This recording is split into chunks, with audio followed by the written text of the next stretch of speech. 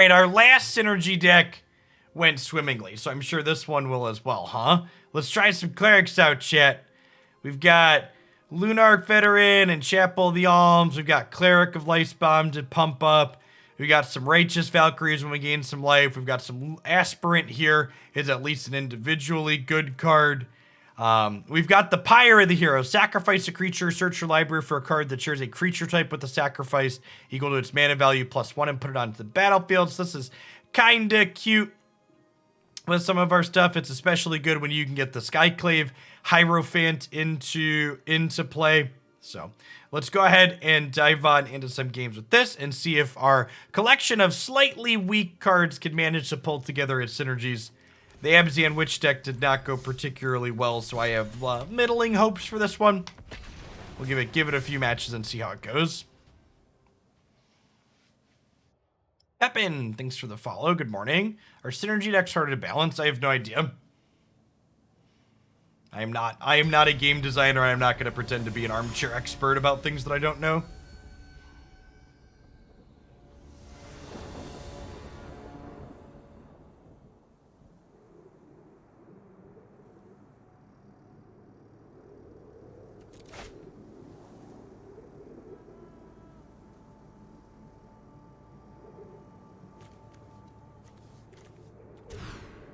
Mulligan the hand, missing our second color.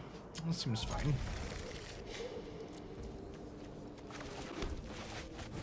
I will say our 6 disturb 1-drops that sacrifice with Pyre Heroes seems pretty good. It's a 16-month Spartan. Welcome back.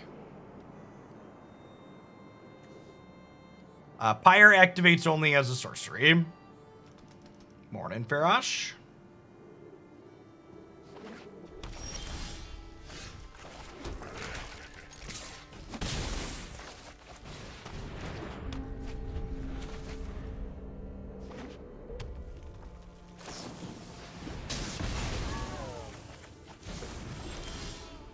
Edge.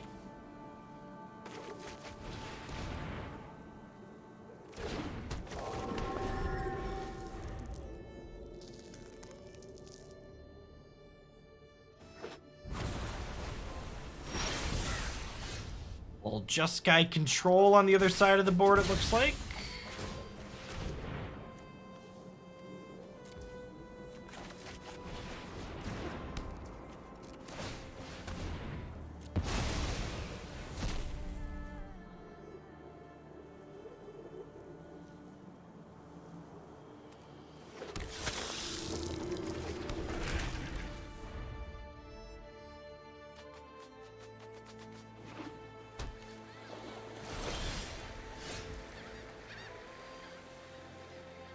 Yeah, I chose not to put Professor in this deck because I didn't want to gum up my sideboard with learn cards.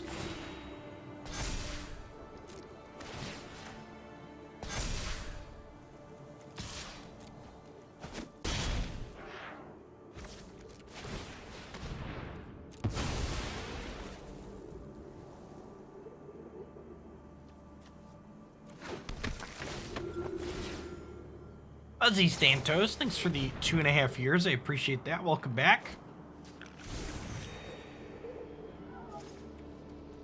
Goodbye, burn down the house.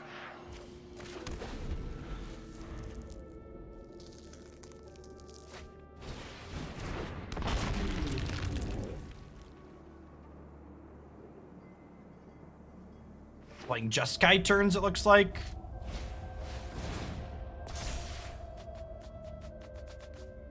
We can dodge a Fading Memory, we can dodge both.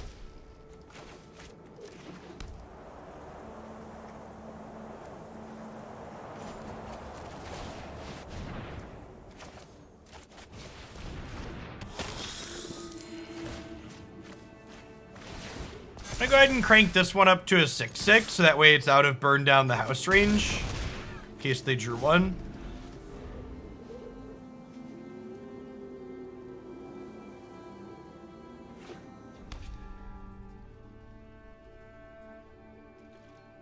Yep, we do still do deck submissions. In fact, most of the decks we're playing today are deck submissions.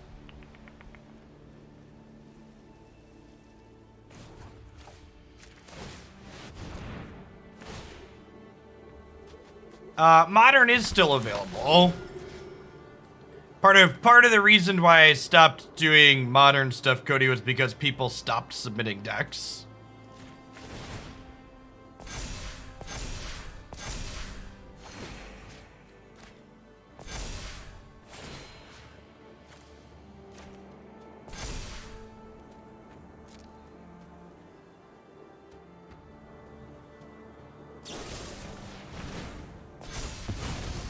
Well, them killing the smaller one doesn't bode well for us, because I imagine that means the bigger one's also dying. Yikes.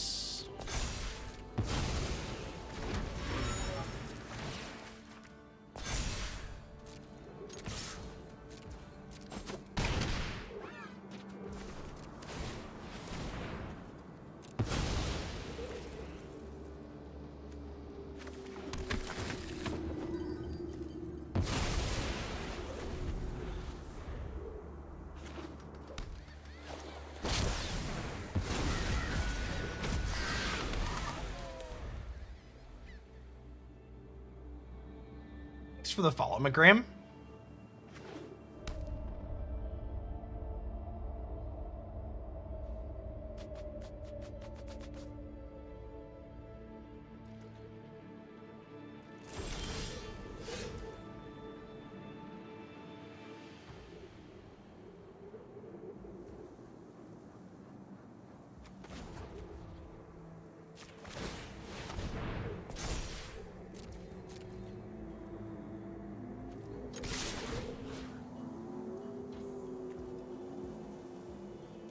Target their memory deluge here.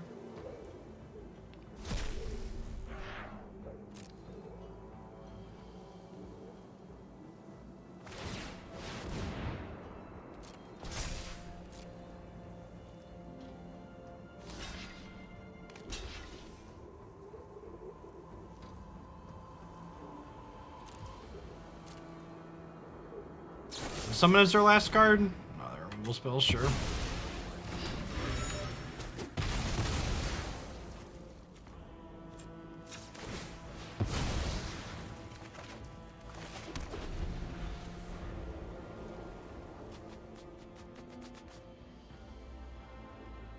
Wonder if we'll see how to make some devils with Burden on the House here.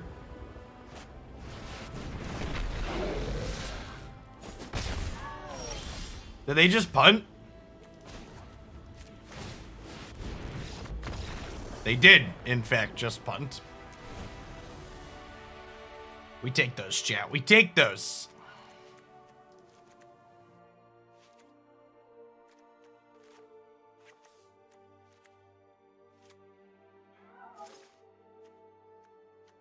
Danes.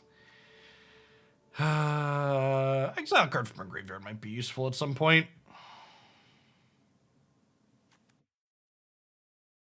I think my life total is going to be high enough to trigger this, probably.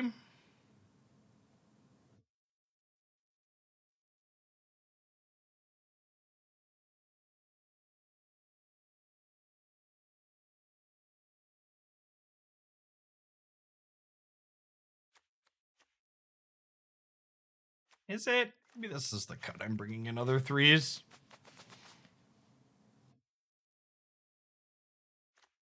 I am even playing the remember I'm a creature land that exists style. That is accurate. Because for the follow, clearly excellent.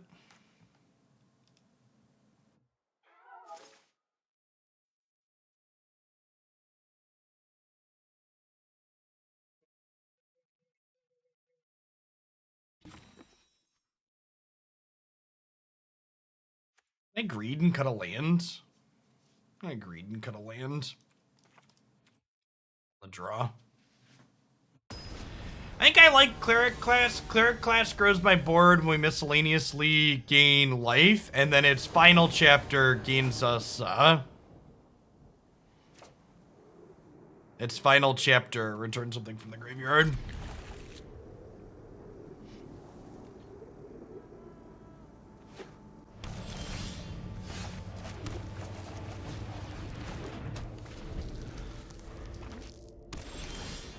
I don't know. I think a lot of the times you just don't want this card to die, right? I'd rather it just sit and play.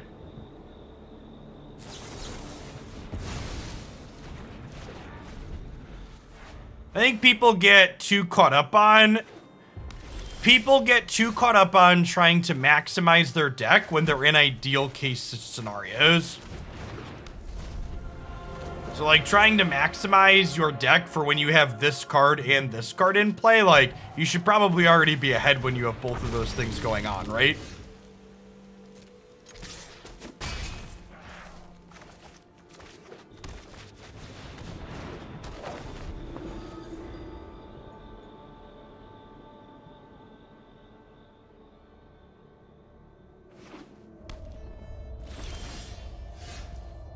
The pod deck getting to ideal scenarios is kind of easy. I disagree.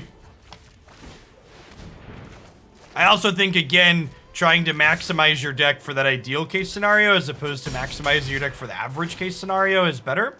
Or maximizing your deck for when you're going to be a little bit behind.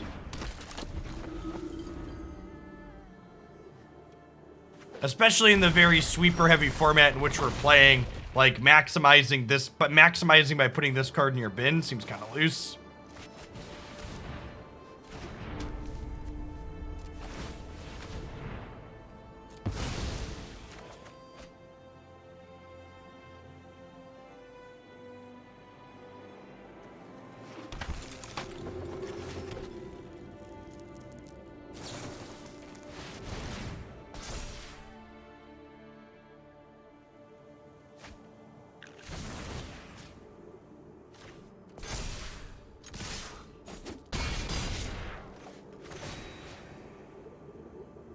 I guess if I would have put all the counters on one of these, I would have gotten out of burn the house down range, but if they burn down the house, Smoldering Egg goes away too, so I think that's fine for us.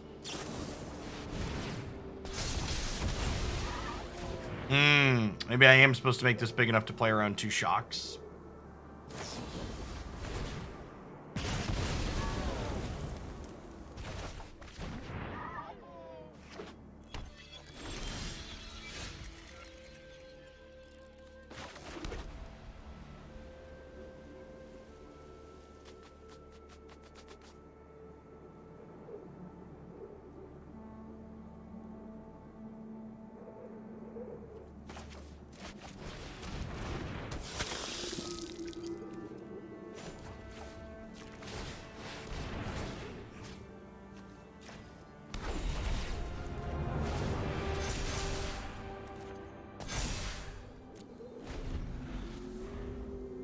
Just want to get her out of 4 toughness range.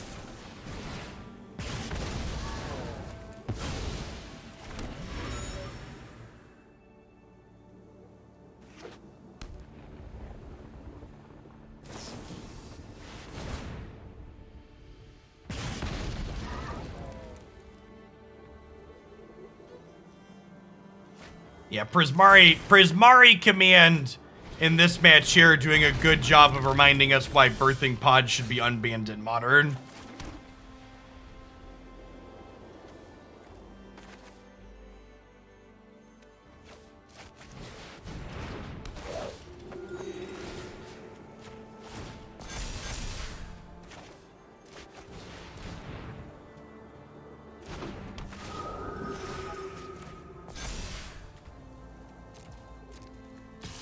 Okay, got a jump block.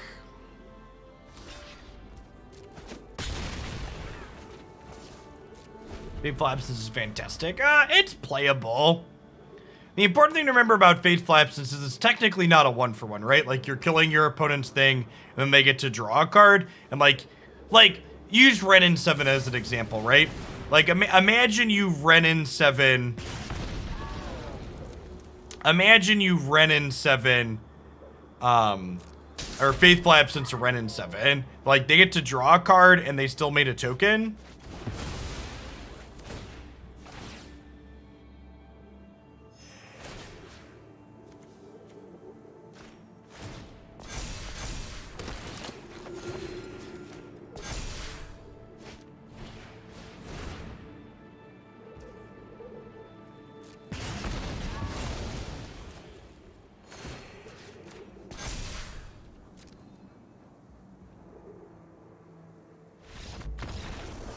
Wow, actually just did. Okay. Our opponent had a lot of interaction there that we were able to slog through. Our bits of grind looking very reasonable. Yeah, the fact that we ground out Active Dragon was very impressive. Our 4-drop getting to flex there a little bit. Yeah, Cleric Class 2, right? That game kind of felt like a clinic on why Cleric Class seems reasonable here. It was a big part of why our creatures were able to get big enough to grind around it. It's for the half a year, Superstantial. I played this last night thanks to your Twitter post, and I loved it. You love to hear it. If you partake in the hellscape that is Twitter and you don't follow me there, feel free to go click that button. It's a mixture of Magic and Pokemon Unite and my children and progressive politics. Not necessarily in that order. What's going on, Breadboxer? Big bias for Orzhov decks. God bless. Thanks for the follow, Voden.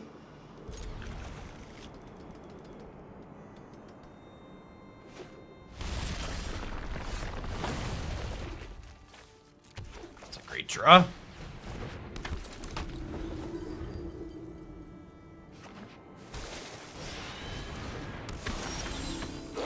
Hey, thanks for the brand new tier 1 sub, Voden. Untap Snarl, why are you cheating? Asking the real questions.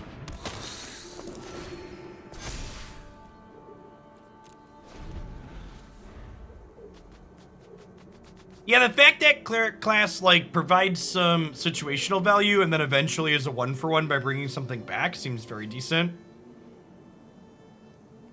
Day9's been playing some red-green ramp on his stream. That's made Druid Class look very good. That's a card I wanna play with at some point too. Thanks for the follow, SW4. Welcome back, Zace. Happy Monday.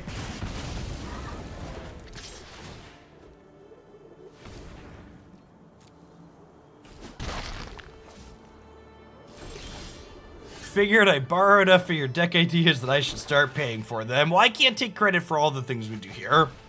A lot of our things come from our fantastic community. So I think I want to start powering up this so we can threaten to block here. And attack with this one. Got any Bard Class deck? Bard Class is on my list of things to build around when we run out of viewer submissions.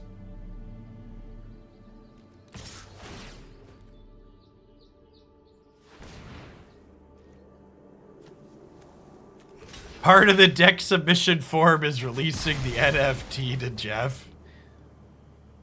King Dad Gamer. I'm something of a dad gamer myself. Good morning.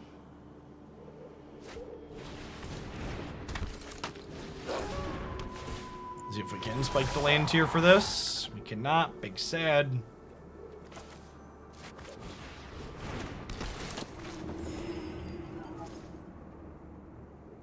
Huh. Did we just kill the Ranger class? I think we just killed the Ranger class, huh?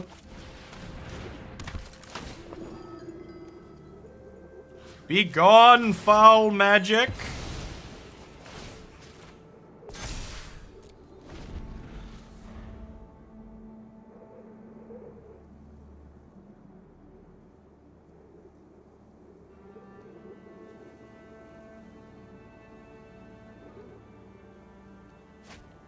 Skyclave Cleric.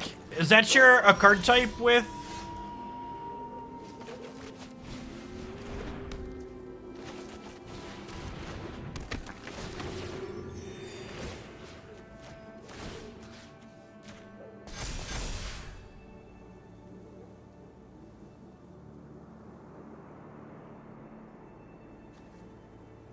Any thoughts on China banning all crypto transactions? Well, I mean, crypto is awful, so I don't know that I have any particular opinions on China doing anything specifically, but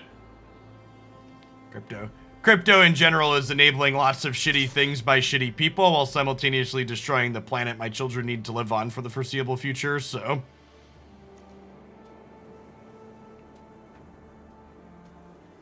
Z-Man, thanks for the 25 months. Welcome back. Magnus! Thanks for the 27.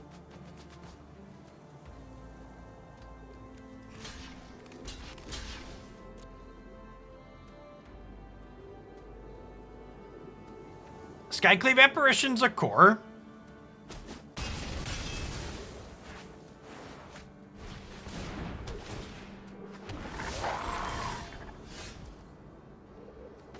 Interesting to note.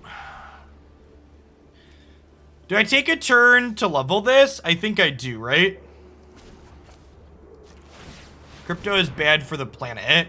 Yeah. Well, while asterisk, there are some more modern currencies that don't require as much energy.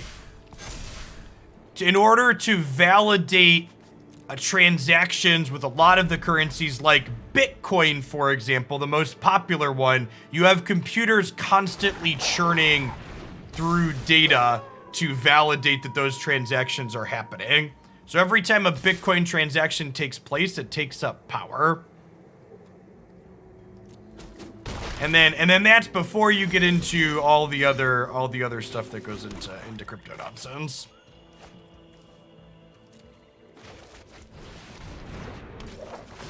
All right, so now we get to put counters on things. And then I think we just go all in on this life linker, right? Just like make me a 7/7.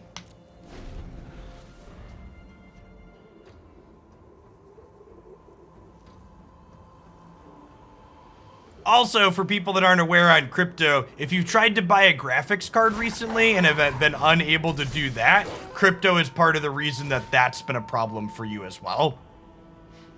People buying graphics cards in order to farm cryptocurrency. I think I'm trading here. Am I? No, I'm at 28.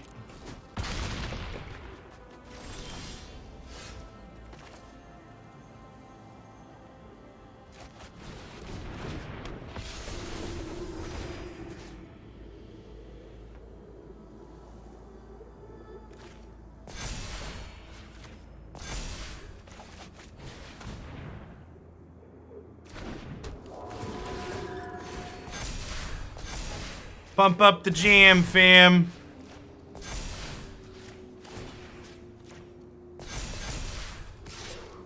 So solidify our ability to have +2/+2.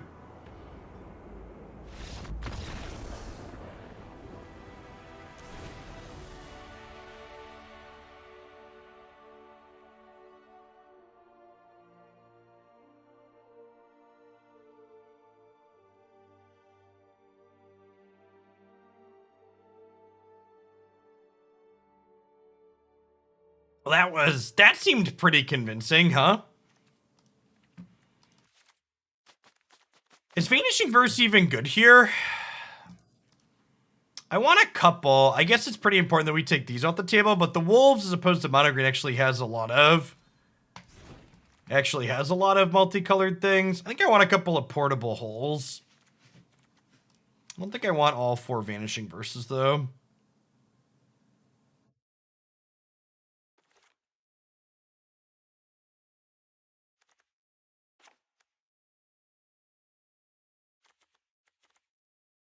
So I was actually thinking I don't really want Disciple to begin with. Because if you like look at this game, right? Like they tend to have a lot of trash things they don't mind throwing away. So I actually think the sacrifice effect seems kind of mediocre.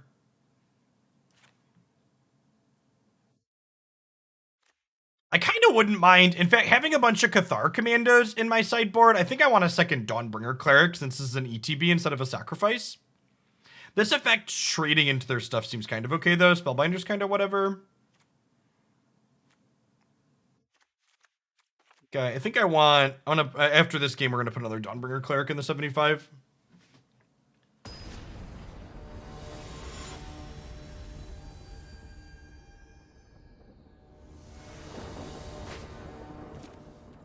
LV, thanks for the follow. Ah, there's the snarls we know and love.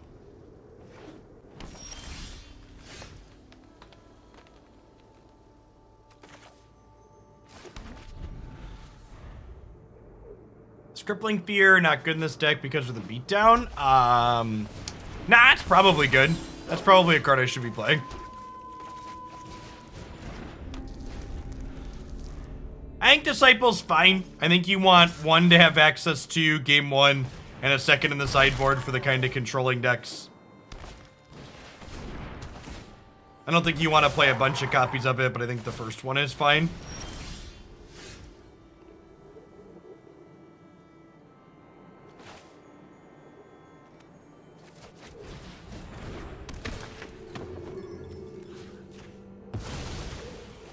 Our lands being awkward is super medium here. Yeah, I like the idea of a couple of Crippling Fears in our sideboard. So I want a second Dawnbringer and Crippling Fear.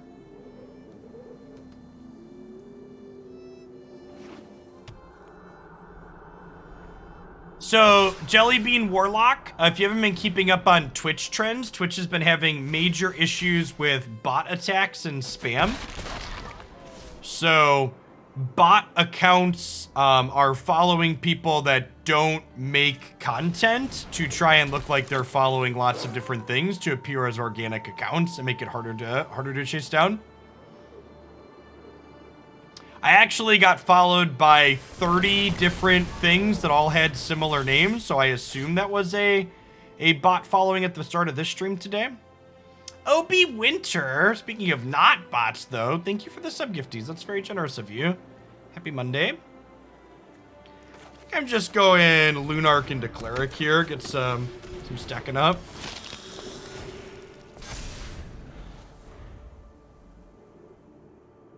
You want to know how I know that Renin 7 and Chariot aren't too good for Standard at the moment, Chase? Because if you talk to lots of different people about this current Standard format, we can't even all agree on which cards suck shit the most. Like, if you ask me, Jeff, what's the most offensive thing in Standard right now, I wouldn't name any green cards. I would tell you it's Aldurin's Epiphany.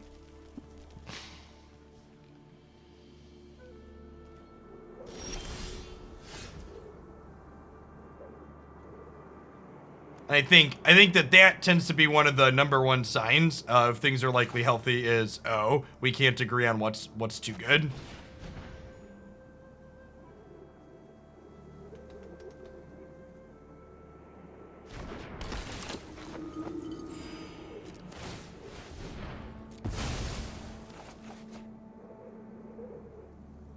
Is Pithing Needle a sideboard card for Ren? No. You have to play it out before the Ren happens. And even then, they could just destroy it. Oh, that wasn't the first time I gained life this turn. What a punt. That's actually a huge sequence. I always forget this is the first time you gain life in a turn and it tracks before. So I should have turned this into this and then played this other one post-combat, and this would be a 3/3. It's a pretty big mistake, honestly. They get a free attack here now. Now, I think Goldspan Dragon is a symptom of Aldurin's Epiphany being too good. I think most of the things you're doing with Goldspan Dragon mana in a world without Aldurin's Epiphany, like, aren't that big of a deal.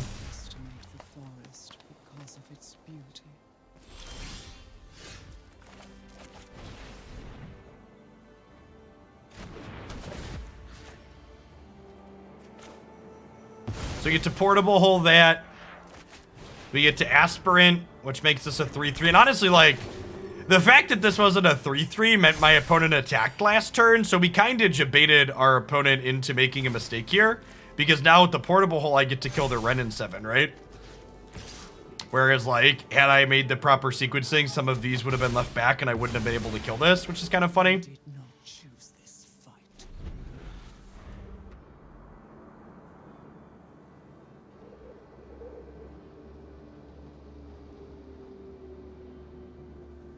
It was just a big brain play, chat.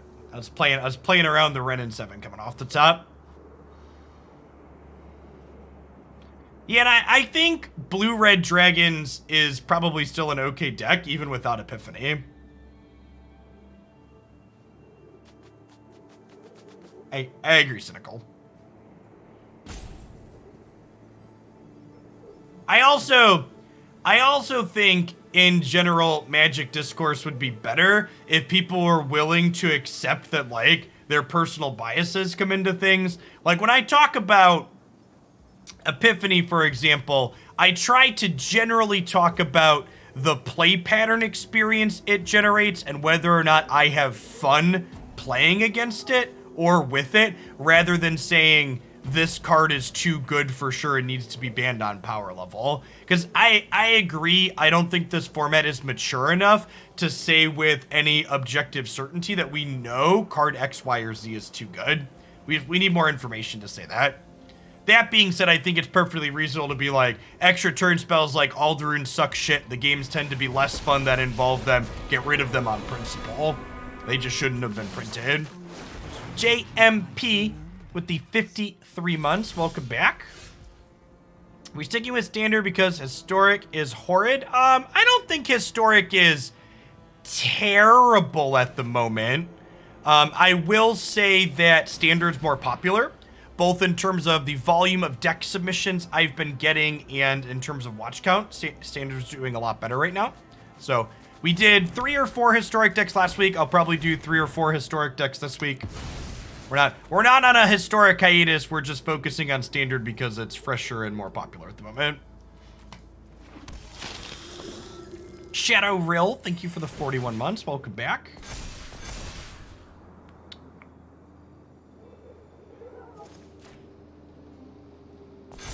Please comment on the cake shakes. Cake shakes are delicious, to be fair. Am I going to play more Brawl? Yeah, definitely.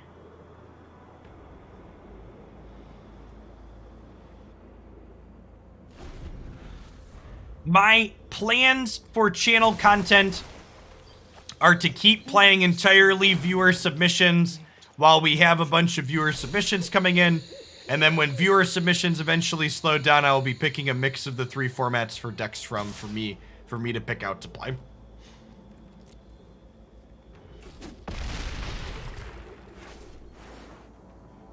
I think we just take the hit here.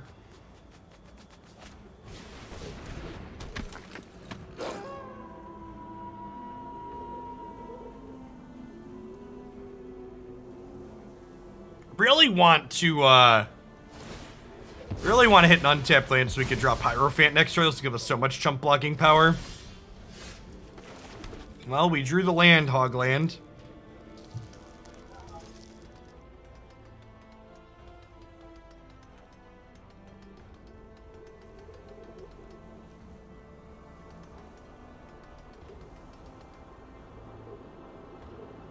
Thanks for the follow, Artie. I think we just Righteous Valkyrie.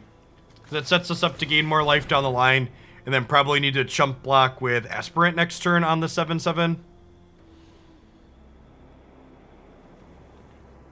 I could do this to gain life when things die, and that triggers these on their turn, which has some value.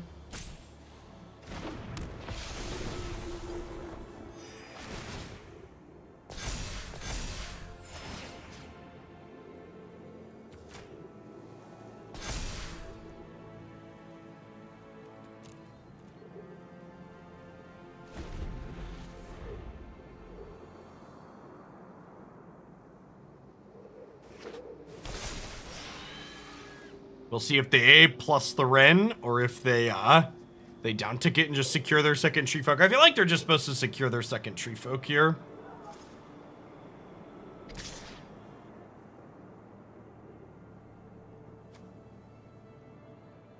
As if they don't secure the Tree Folk, Valkyrie pressures Ren in the air next turn. I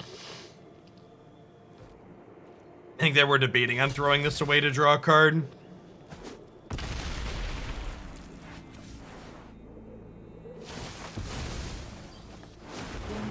This is the correct play on their part.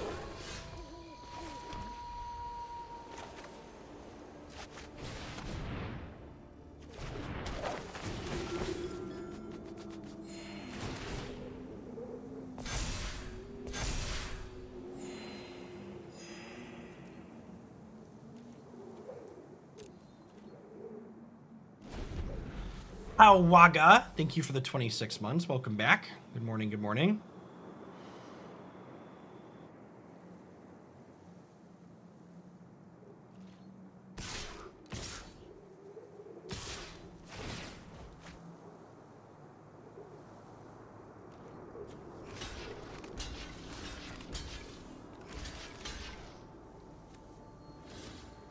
block like this. I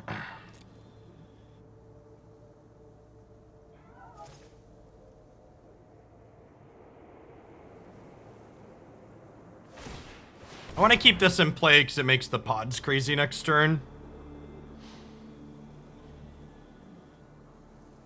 I have a burn spell here to finish my 7/7.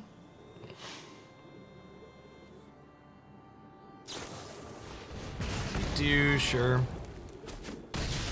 Is that lethal? No, I'm going to 1. Okay, cool.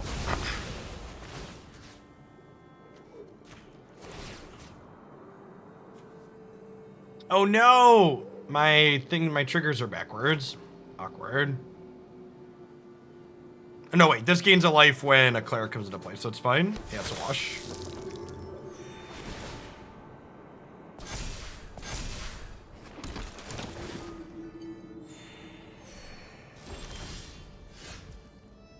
It's a good draw.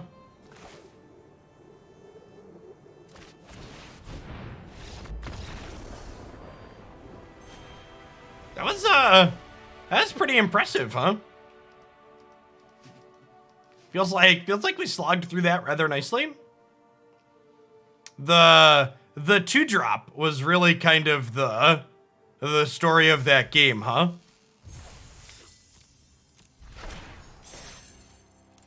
Our 2-drop there felt super powerful. Just grew up real big, real fast. Yeah, we stumbled on lands for a long while that game too. There's something to note.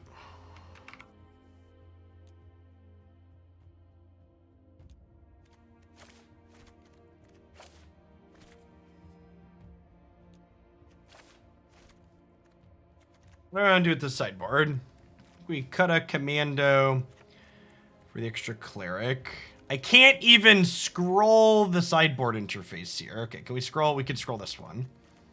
I don't think I need this Lilith. You don't need as many Vanishing Verses.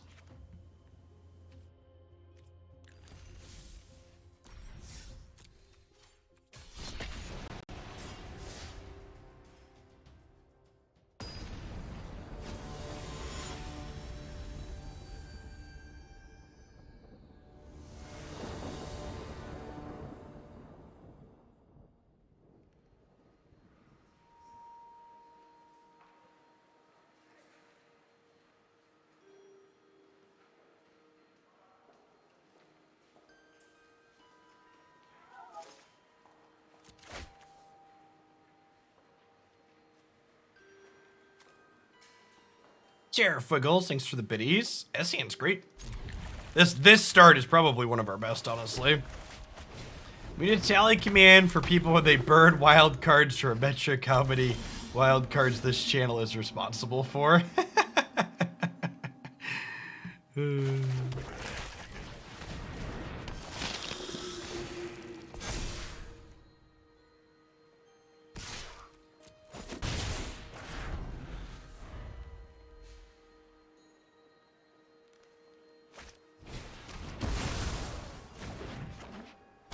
I don't even know that 4 of this card is good. I think I'd want at least 3.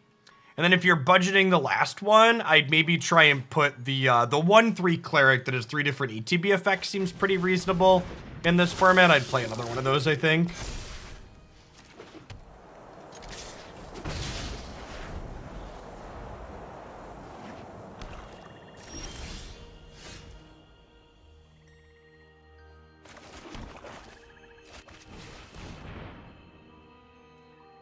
Might be wrong to run this into a counter spell here.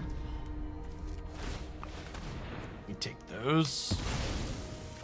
Swat, thanks for the follow. Honestly, I think we just get...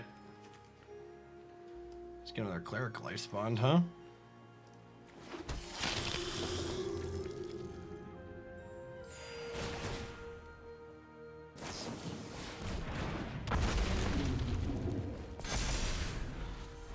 Don't tell anyone, Goody. Shh. Is a Cleric on the backside too? It is.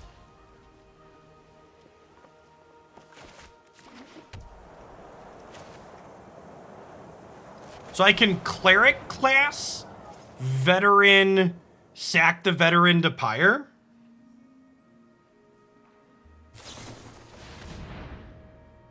You want a Cleric Class and level it?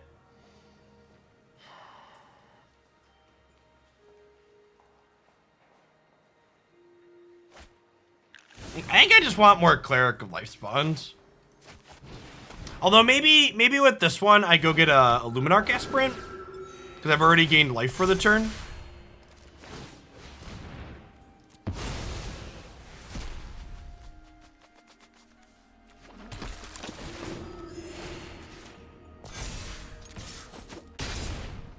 Hey, Heathen, thanks for the 28 months. Welcome back. Good morning, good morning. We're getting Shadow's Verdict in chat.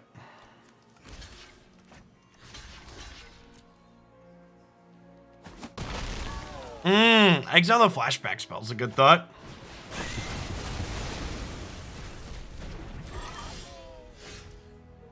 Remember that time we drew both of our removal spells game 1 against the control deck? Only 2 in my deck, chat. Feels Magic the Gathering, man. Nothing is more, and this is why Magic's such a better best of 3 game. Because at least this won't happen in the post-board games, right? We get to cut those cards, but like drawing almost all of your cards you intend to sideboard out is such a huge feel bad.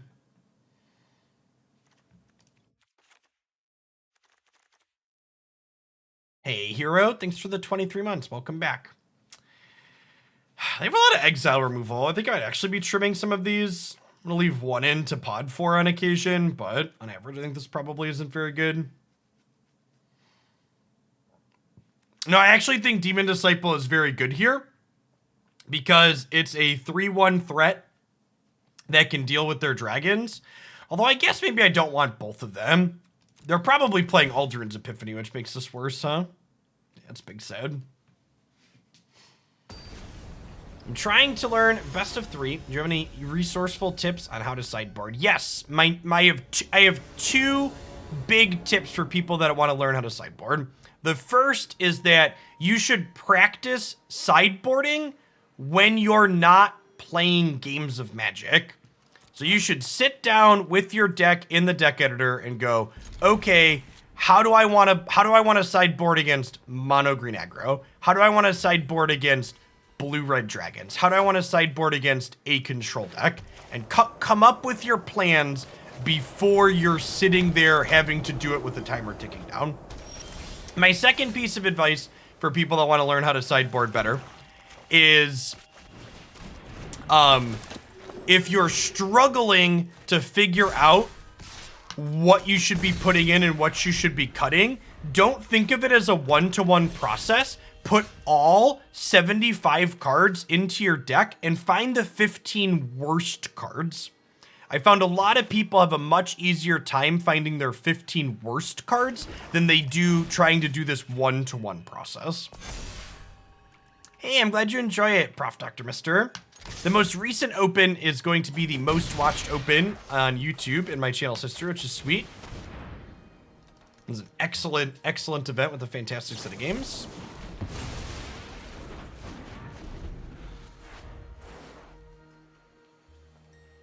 Bolas, thanks for the 2.5 years. Heathen, thanks for the 28 months.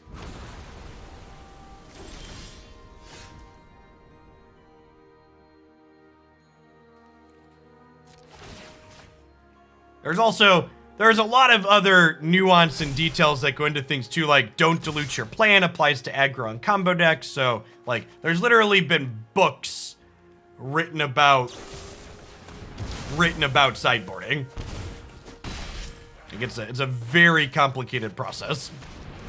A lot of details that go into it.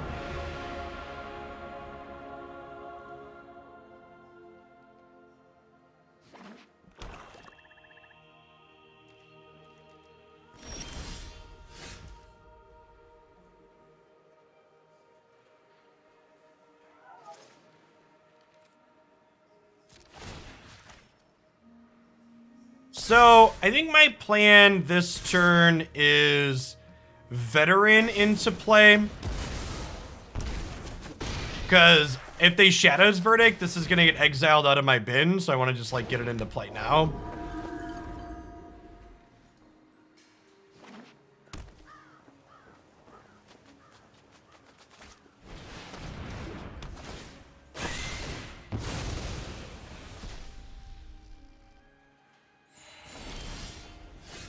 Yikes. Hey, Faith Princess, thanks for the sub-gifts. That's very kind of you. BT Dubs, I saw someone link the sideboarding command. I think this is a video of me doing what I just explained. Yeah, if you look at this, this is an older video, so it's from a previous standard format, but the principles of what I'm doing there still apply. If you want an example.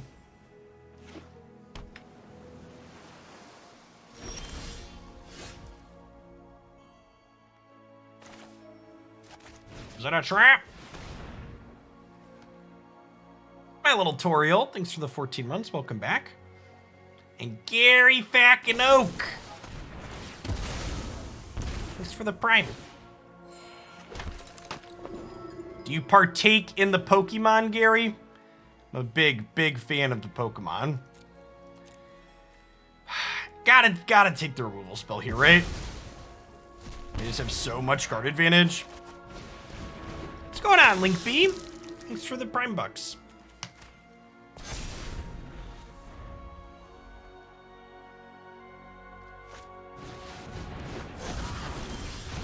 Hey chat, remember when I said I wanted one copy of this card in my deck?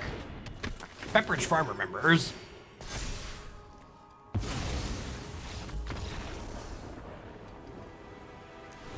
Gary, Pokemon Unite released on mobile last week.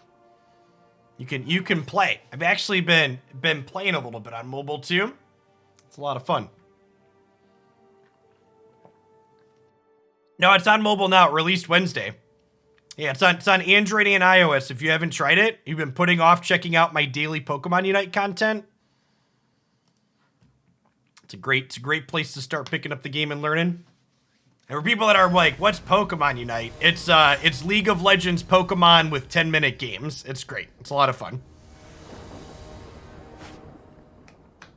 Yeah, the UI is pretty reasonable for mobile.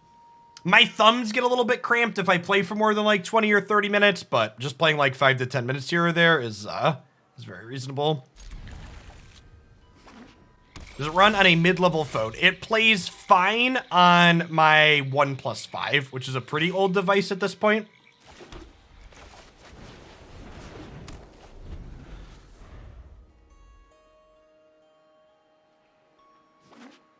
The OnePlus 5 counts as a mid-range phone at this point, right? That's like 5 or 6 years old at this point. It was a high-end device when it came out, but it's old at this point.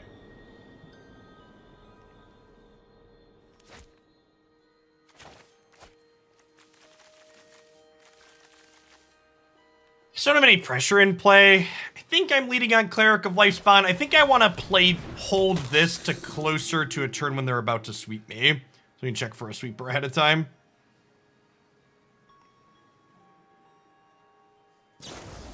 I'm a big OnePlus household. We have my older two children have mine and my wife's old OnePlus 5 and OnePlus 6. And then my wife has a OnePlus 7 and I have a OnePlus 8.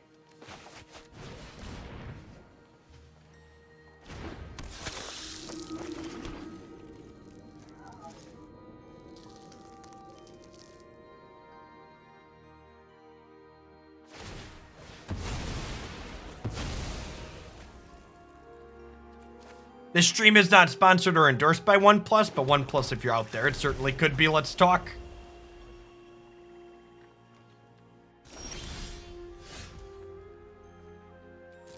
Start by attacking here. They missed their land drop. It's good for the home team. Our opponent did show us Jawari Disruption, but they also missed a land drop, so I'm not playing around that.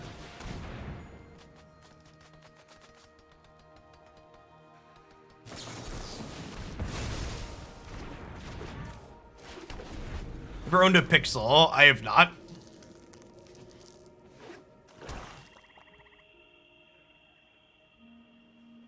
I do eat a good bit of Chipotle. Although I must say, they put in a Jersey Mike's in the town where I live very recently. And I've been eating what could probably start to classify as unhealthy amounts of Jersey Mike subs.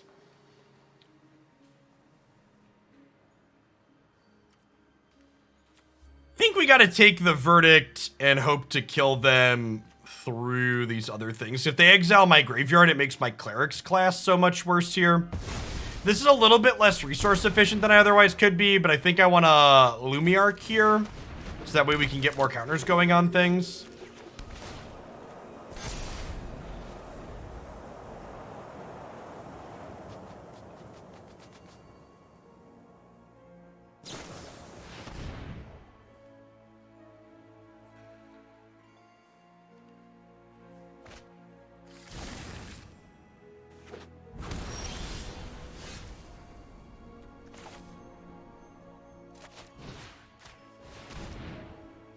Discard spell's a nice pickup here.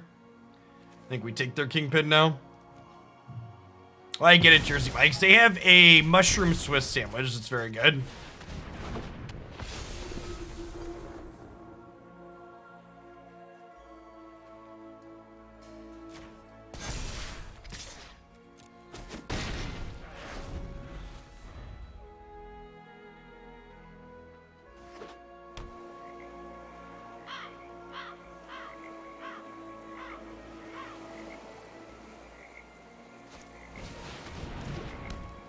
Wow, what a fucking incredible top deck. It was the one card that punished me for not putting the counter on my Valkyrie. I wanted to encourage them to grasp this instead of the Valkyrie. Man, that's brutal. Honestly, I think we're dead from here. I guess they could be super unlucky, but like the odds of them... The odds of them bricking on the Memory Deluge is just so low here. I just needed, like, one more turn with pressure. Probably 2 more turns, honestly. It's just like having nothing in play for 2 turns just gives the blue-black deck too much time. That was rough.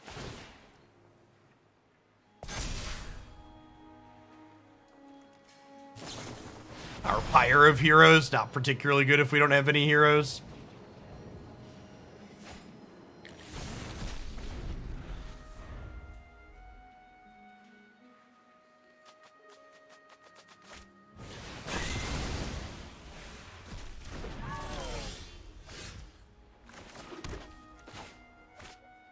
Unpack it in.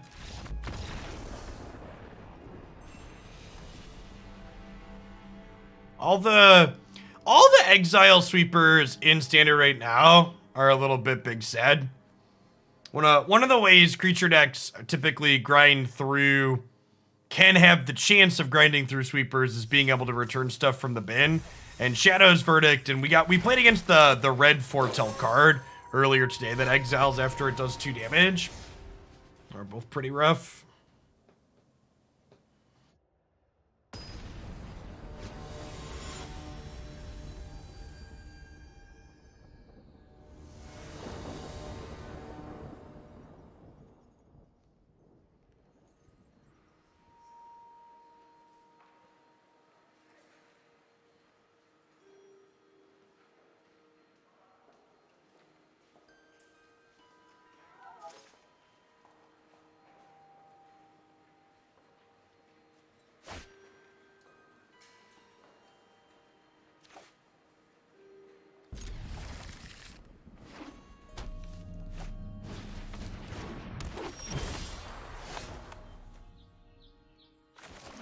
We'll lead on the cave here in case we draw a Hive of the Eye Tyrant next turn.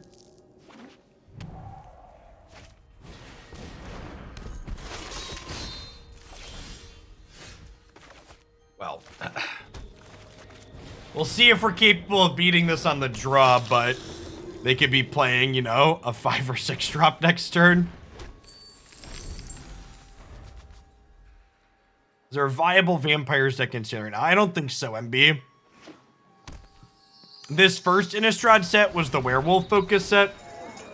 So I'd imagine I'd imagine once we get the vampire focus set in November, it'll be more likely for that to be playable. But, you know, turn 3 casually has played 9 mana worth of spells over the course of the game so far. No big, no big. It's a boy, super excited. Can you brew some elves in standard with festival? It has a lot of good 4-drops. I definitely can, Seth, and congrats on your upcoming family expansion.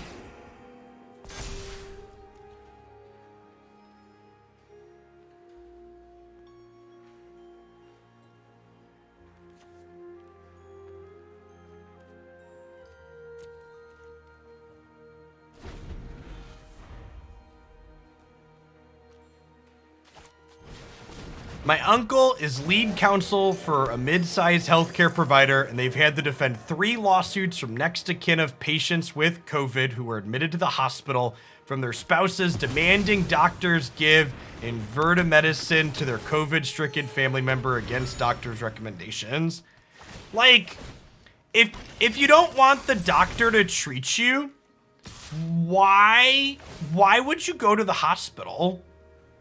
I guess that's what I don't get. Like, the point of going to the hospital is supposed to get the doctor's care, right? So, like, if you don't want to give a shit and you don't want to listen, like, just, like, stay home and treat yourself with whatever crazy pills you want to take. I think this game is lost. I actually don't think this game is over.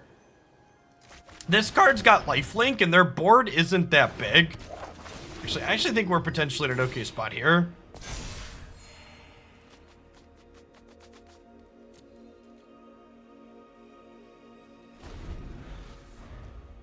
Chat, this is not medical advice, but don't eat horse paste.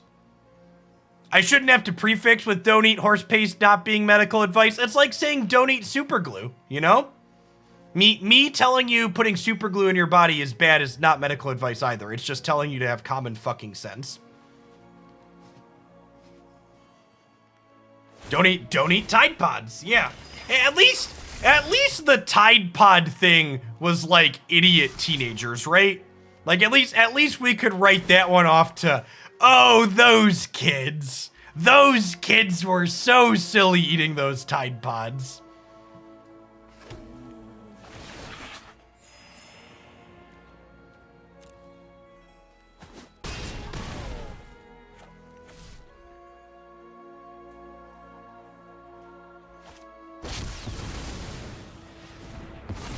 I'm all alone. There's all these birds beside me. Well, I thought we had a real chance this game, and then Aldrin's Epiphany fucking showed up, and this is where we're at.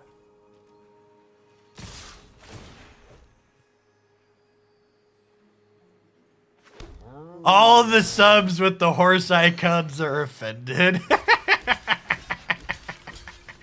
Alright, so if I block like this, I'm at 16. I'm currently taking 8, 10, 11, 12, 13.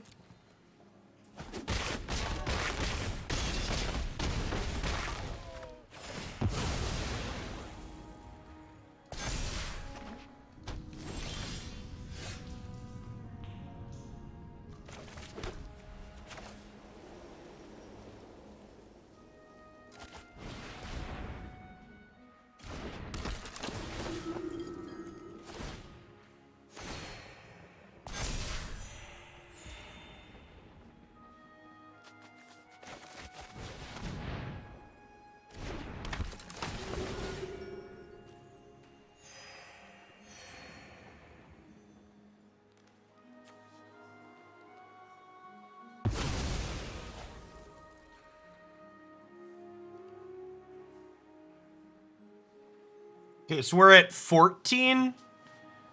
I go block, block, block, block. I'm not taking 14. We're not dead yet.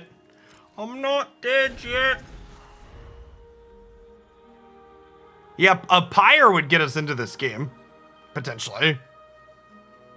Allegedly. So the half-a-year barcode, welcome back. Okay, yeah, I mean, they're on empty. Oh, is the Bugbear lethal? I didn't count with the Den.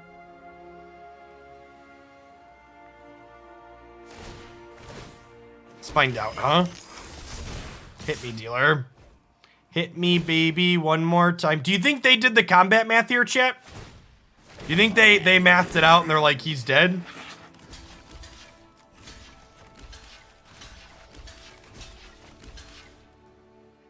I am taking 3, 4, 5, 6, and I'm gaining 3. No, they don't. I don't think they did the math, chat. This attack seems really good for us.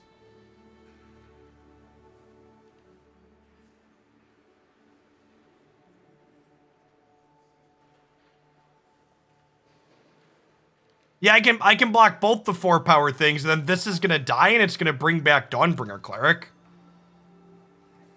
Yeah, this card having lifelink's been really good here. It's been another impressive game. This deck seems very good against the creature decks. We seem kind of a bit of a dog against the control decks, but these green decks have felt like decent matchups for us. David Archie, thanks for the follow. And like, honestly, like, this game is such a good example of like why the people bitching about Chariot are just like calm down and like work on some decks, people.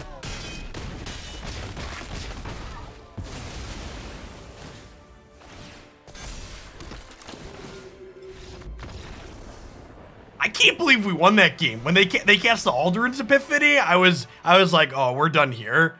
But I mean, we were done here, just like not for us. All right, so Portable Hole sounds good. Dawnbringer Cleric sounds good. This sounds great, right?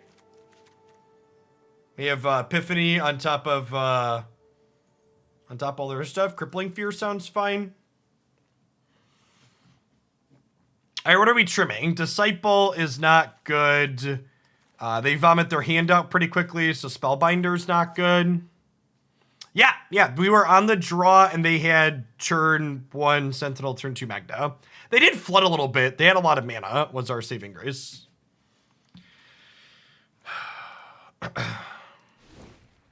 It's gotta be a Vanishing Verse matchup, right? I don't want the grind from this. Pyre of Heroes a little slow. Maybe we don't want all the Reidanes.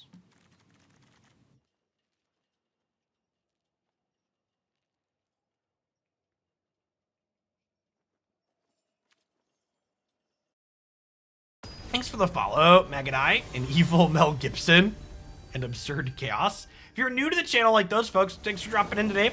Welcome, my name's Jeff Hoagland. I stream full-time here on Twitch. We do Magic the Gathering 5 days a week to start. Usually we play 3 or 4 Magic decks to start every single day. We play each deck for 60 to 90 minutes. You get a lot of variety here in the stream each day. We do all constructed. We're doing a ton of standard right now, but we also do a bit of historic and historic brawl. Also, if you're into that sort of thing, make sure you tap that follow button and also check out my YouTube channel. Everything I stream that feels worthwhile ends up on my YouTube in a deck video there. It's cut up piece by piece. What's going on, Sheepy Sheep and the Wind Hover? Love it, and bonus. All right, they've got their strong start again here. I think I'm supposed to lead on Cleric here, because they're going to have 4 mana next turn regardless, right? Because, like, even if I go to Portable Hold this, they get to make a treasure and then play a land. So I think we just do this and get the life spawn pumping up the jam. Morning welfare and bonus. This start is super reasonable. Just like starts making big chunkers. They don't have a way to deal 3 to this right away. Ooh, opponent missed the treasure. That could really matter. I'm gonna make sure you do that on the end step. Tap this just for nothing.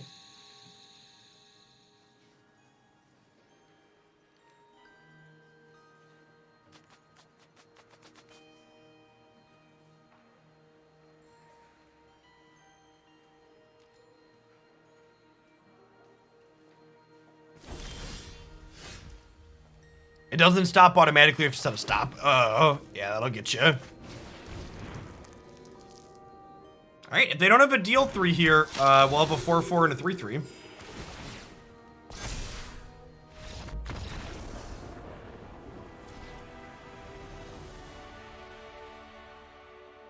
Okay. Is Clerics real, chat? I'm gonna be honest, I had pretty low expectations for this deck after our Abzan Witch deck got picked apart, but this felt like pretty reasonable. Putting large chunkers into play seems pretty good, and this 2-drop has just been absurd this whole day.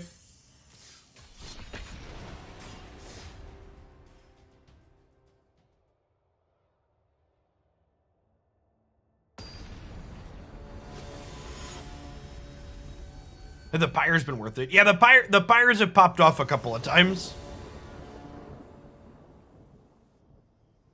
Alati, thanks for the Prime. And there's a ton of great creators here on Twitch. You can drop those Bezo bucks off with every month. Thanks for sending them this way and keeping me around.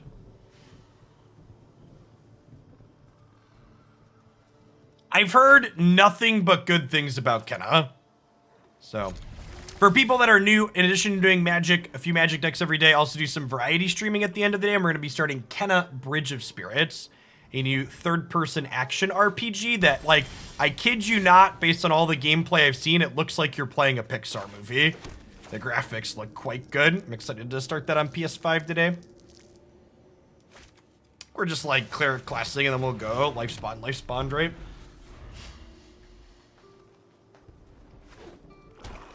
This Cleric was a limited bomb? Yeah, I believe it. Hey, way to go. Thanks for the over-year support. Welcome back.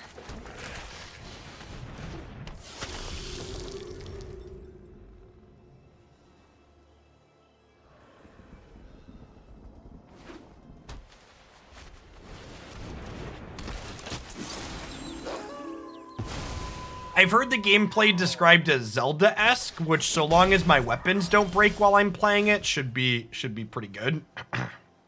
That's a great pickup to deal with this. You're gonna go ahead and life spawn into Chaplain here.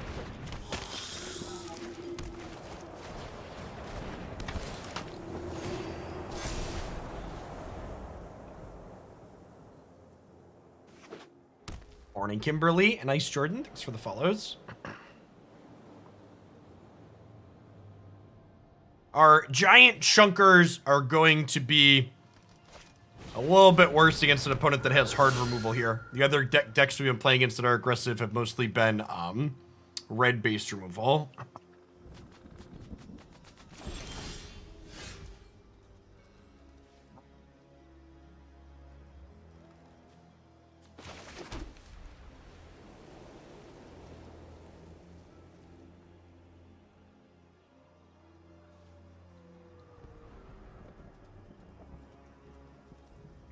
You want me to verse on their turn? I could just Cleric Class this turn.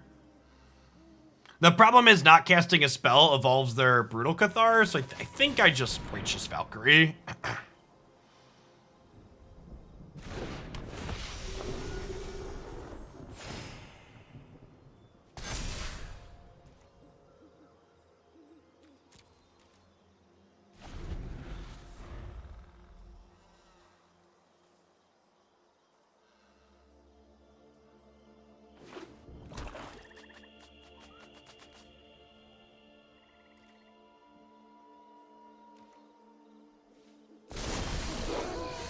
Okay, so now they flip their thing themselves, so I think I take this opportunity to Cleric Class this turn. And probably pass back.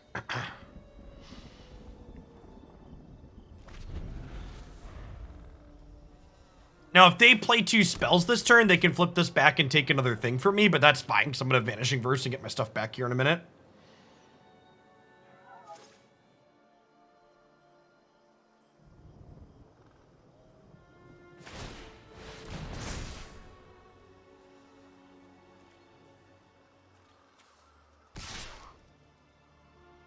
I've got 2 of these, and I'm close enough to popping off, so I think I'm going to go ahead and jump block here. Just gain the 4. This has Disturb, so it flashes back later.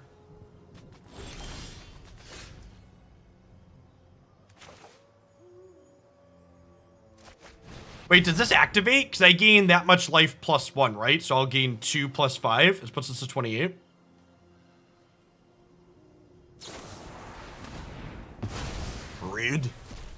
Grid.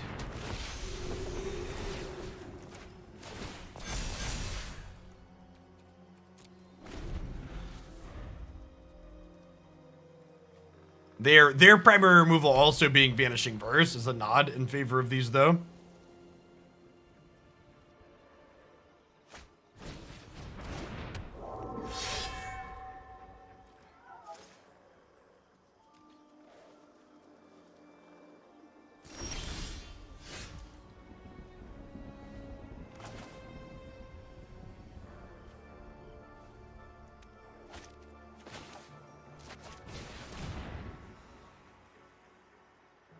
think we just stack up some clerics here. Yeah, I think we're the bigger.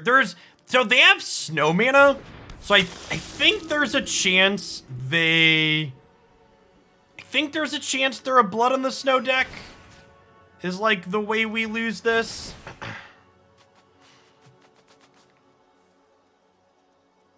But even then, I've got a good bit of leftovers, right? We have Cleric Class hanging out.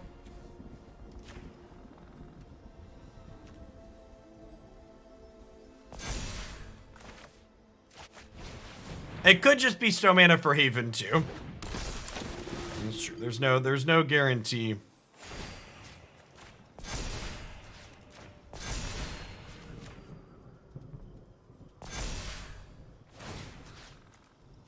So they have 10 total power in play.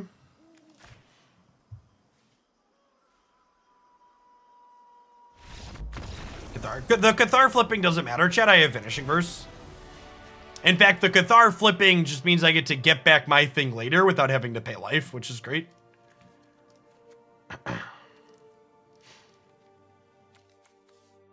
It's like another matchup where Crippling Fear is good. Not a Disciple matchup, not a Spellbinder matchup. I don't know that I want the extra portable holes.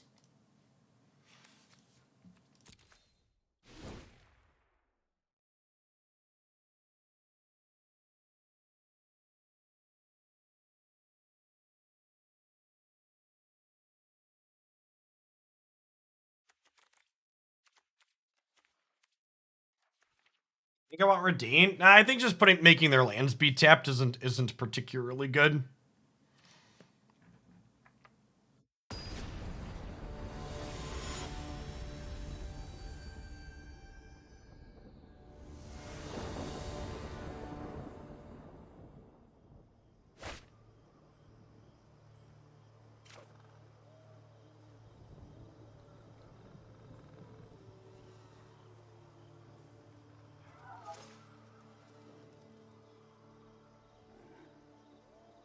That looks good.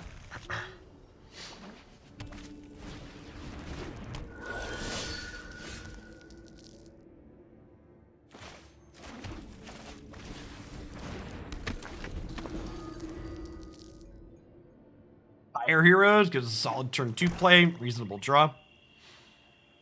Getting to sacrifice these disturbed cards into other things has been good. Hey, thanks Faith Princess. Stay safe out there. Kobe, thanks for the 22 months. Welcome back. I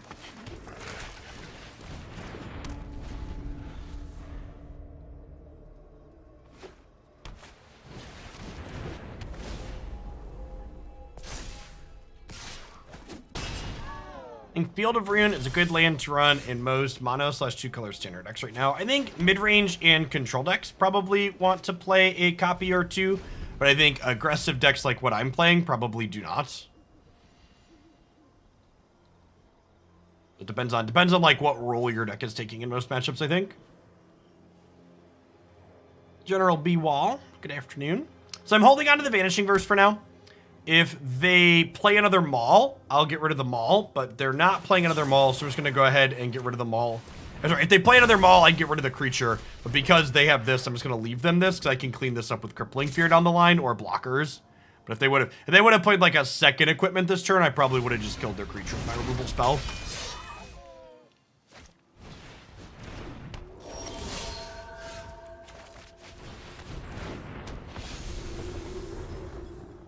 We aim to please, handsome. As number 74. Really need that untapped black here.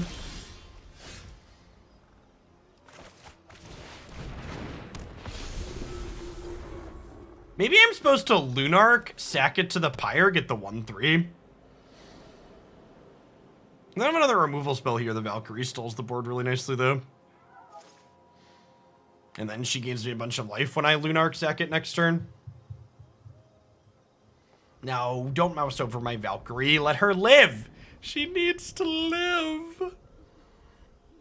Hey, thanks for the prime, B-Wall. Appreciate the support. Oh, come on, dealer. Untap black. Hit me. Quill poop.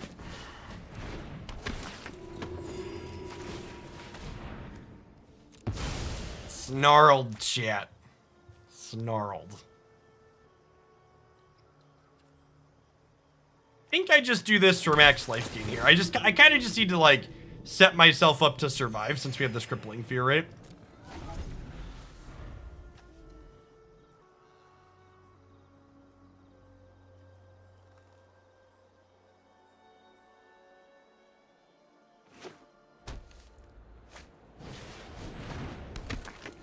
Wow, that's such a beating. It gets the angel out of...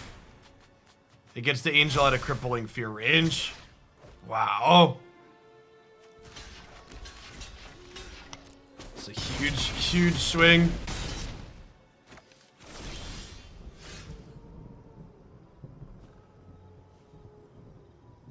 Hey, well, welcome to Chappy, well.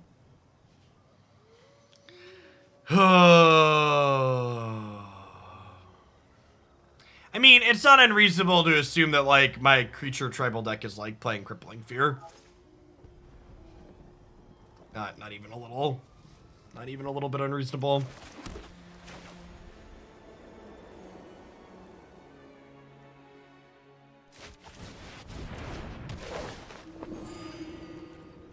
We do this and pass.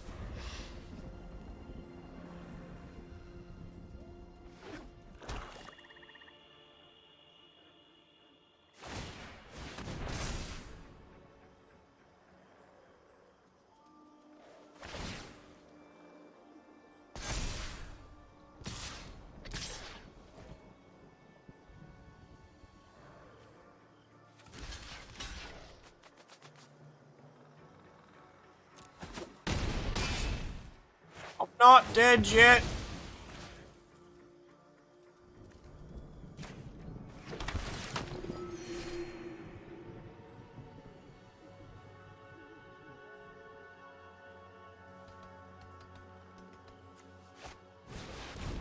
Kinda want an untapped land so I can, like, play this second one plus do my legend roll.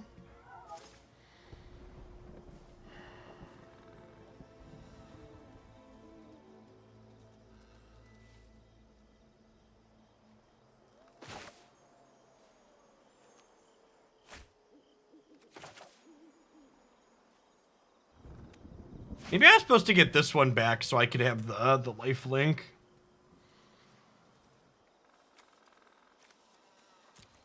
Oh, you get 2 things back when they die. That's true, because this triggers on itself. Is that good enough? That might be good enough.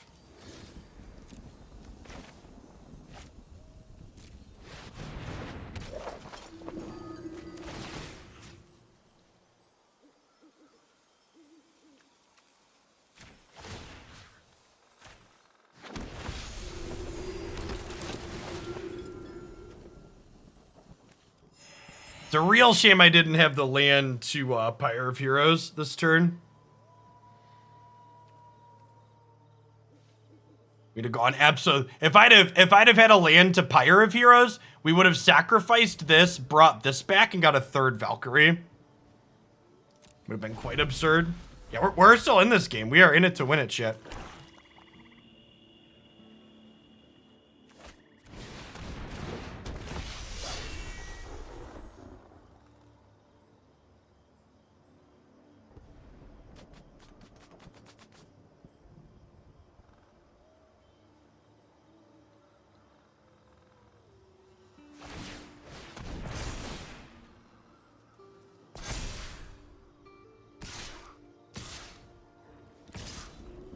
So we double block, we single block.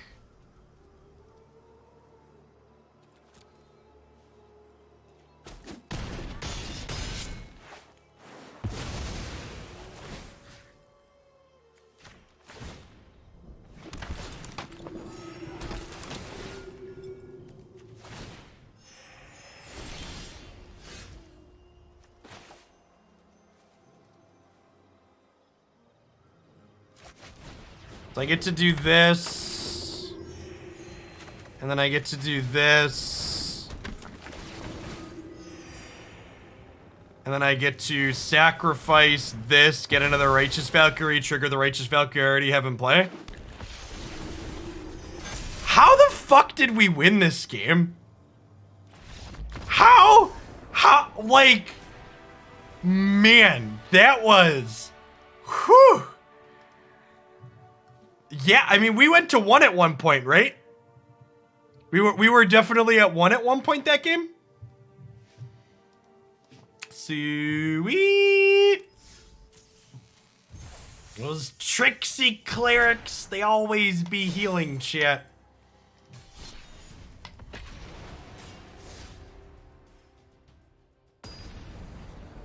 Here's a rampaging Ferocodon when you need it, right?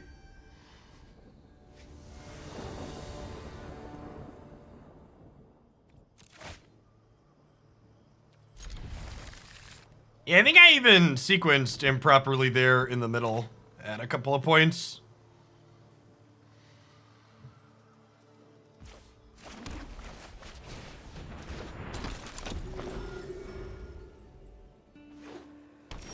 Coffees for closers and Righteous Valkyrie is a blessed Starbucks this day. What's going on, Brug? Thanks for the follow. Shout out to the Hoglandian that submitted this as a build-around submission, by the way.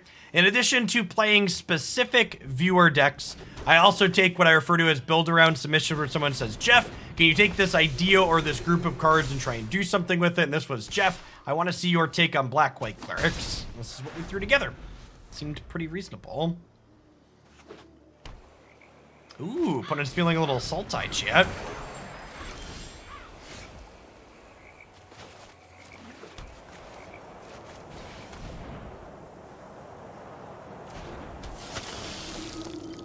If you have a deck list or an idea you'd like to submit to be played on stream at some point in the future, you can learn more about that on my website here.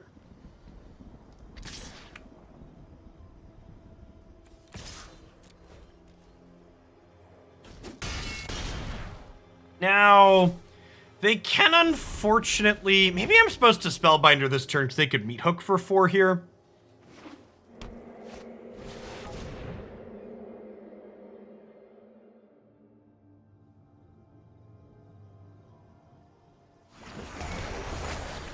Oh, binding is so good. Alright, show me all secrets. Can I do elves today? I cannot, Seth. I prefer not to build decks live on stream in general, and I have a few different viewer decks in front of you. It'll probably be Tuesday or Wednesday.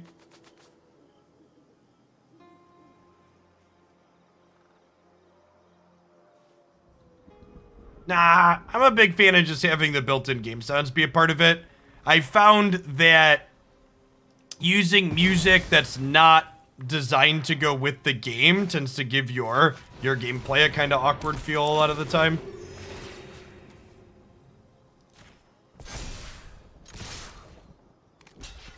Okay.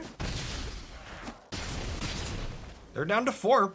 If we don't get massacred this turn, we're in a good spot. Oh, they don't have second black for massacre, do they? This is black, I guess.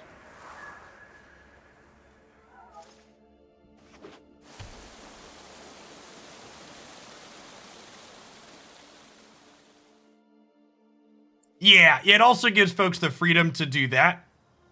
Where if folks want to listen to music on top of my stream, they can have their own music track playing. Creeper makes rainbow, does it? Oh, it does make rainbow. I don't know why I thought this made blue-green. Oh, that was the flying fairy dork that made blue-green, right? Thank you for the shout on the creeper. Definitely a Reidane matchup. Disciple out. Spot removal out. Is that check for traps matchup?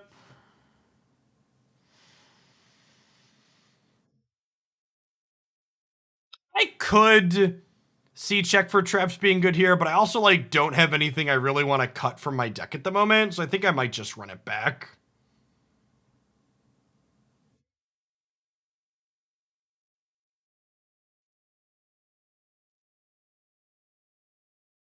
I guess the potential of sweepers makes checks for traps a lot more appealing.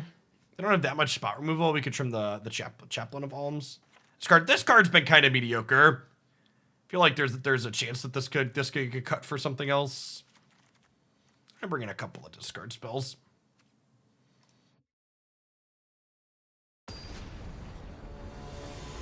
This was a black-white cleric built around Bebelo. This Tabarox felt good. We literally have not put it into play.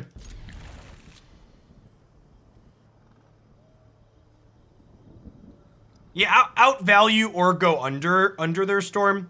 Also, like, I am boarding in 3 copies of Reidane. So, like, Reidane making Storm the Festival cost 8's a pretty big deal.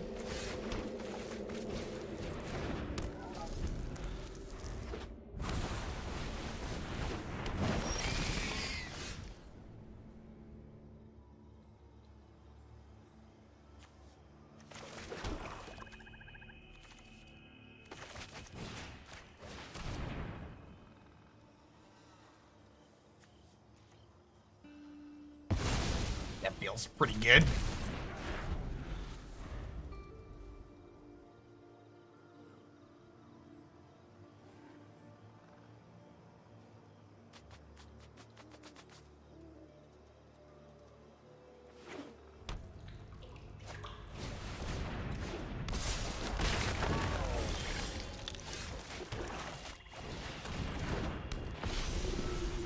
We need more Porcuparrot. Thanks for the 16 months, Cyanide.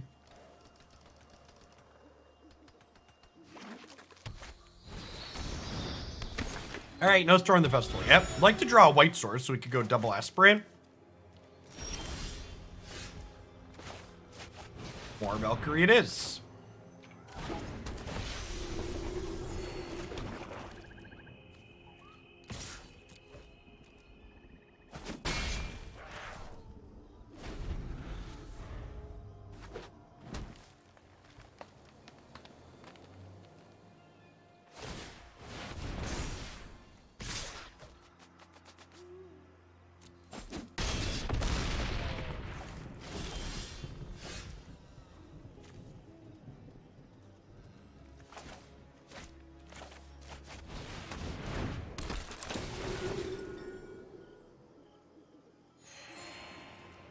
So I wasn't really expecting Spellbinder to hit anything there, but I want to use it to trade for Tracker next turn here, so I think it's the play.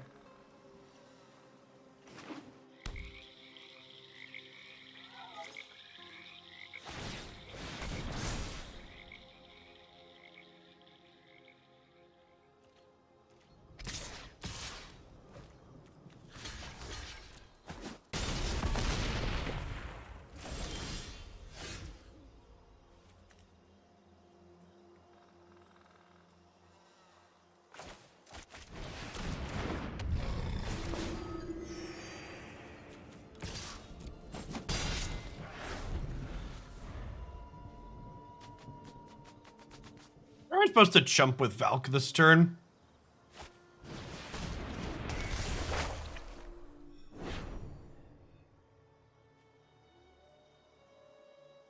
Well, they can't attack me with their 2/2s regardless, because if they kill Valkyrie, yeah. Sweet, them not attacking is great for me.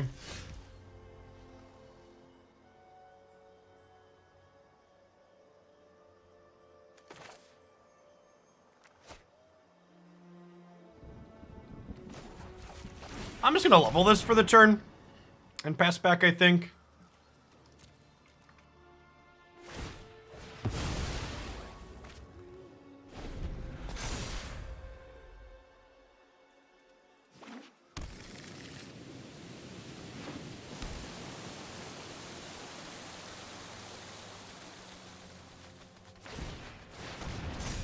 Generally speaking, we are boarding in Reidane for her front side.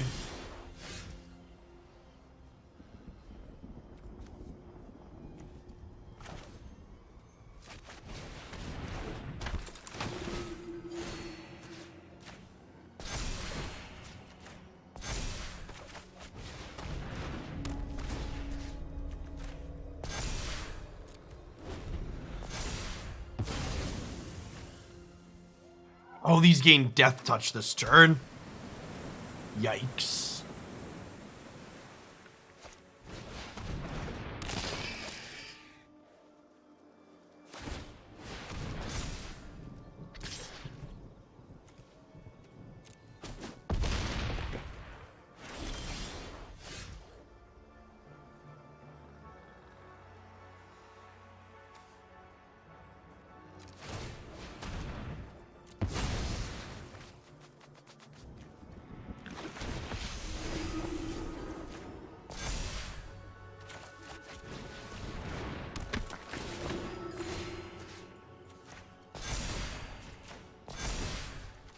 All right, chat. Eggs, meat, basket. Your turn, opponent.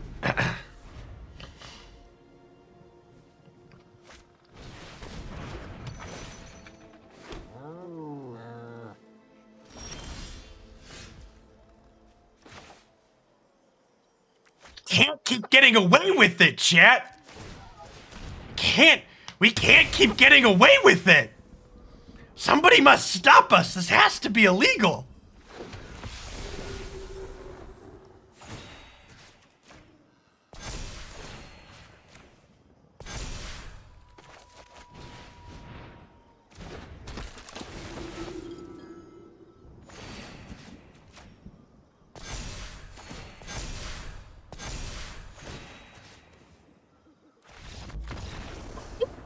Good. What have we done? What have we done? Oh man. Oh baby. Oh baby. Someone was asking earlier if the pyres were good. The pyres are definitely good, chat.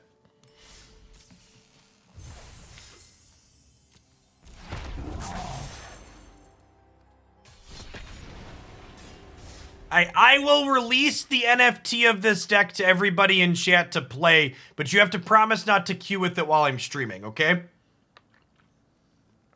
I'm gonna put that in the fine print on the NFT release. Thanks for the follow, New Noise.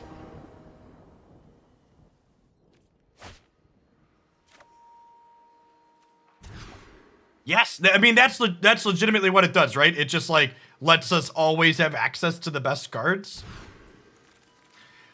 All right, well, we're gonna keep this 5 and hope to draw a land or 2.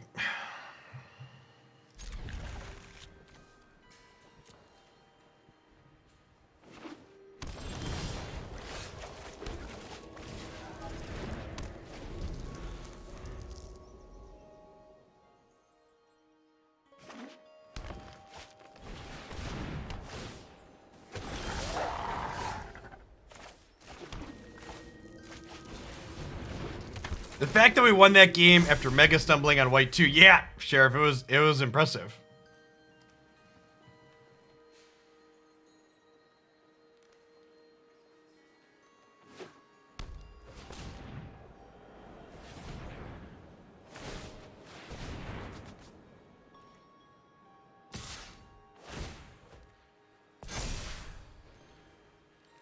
Let me just take this hit, right?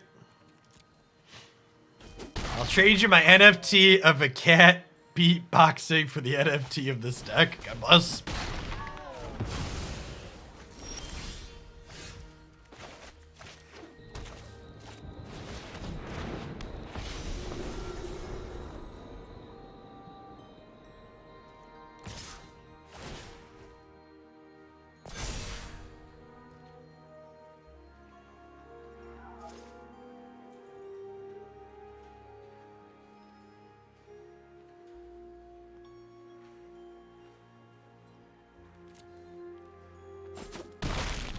Morning, Logan.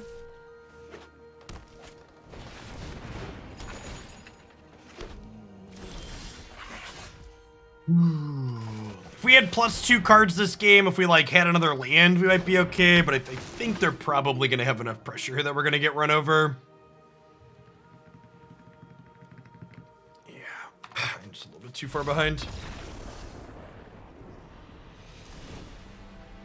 You never understood an NFT as a digital copyright. It's pointless and nonsense, which is why we make fun of it here. For people that don't keep track of all of the... We were talking about cryptocurrency bullshit earlier. NFTs are just more cryptocurrency nonsense. So, Reidane's good. Crippling Fear sounds good. Maybe I actually don't want all of these. Vanishing Verse sounds okay. This looks relatively trim. I want Portable Hole. Maybe on the draw, we'll sub the Portable Holes in and we'll cut the Reidanes. Seems reasonable. Reidane's a lot better on the play for sure.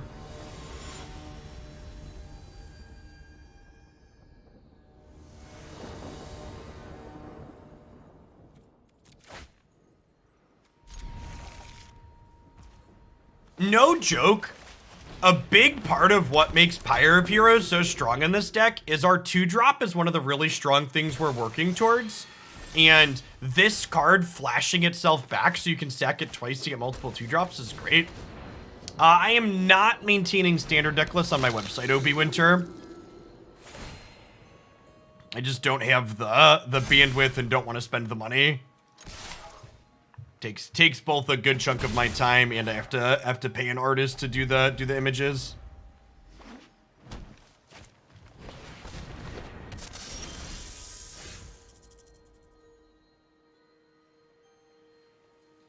So we just murder this and smack them for 4. Shame we missed on the land drop for the turn, but slowing them down here seems fine.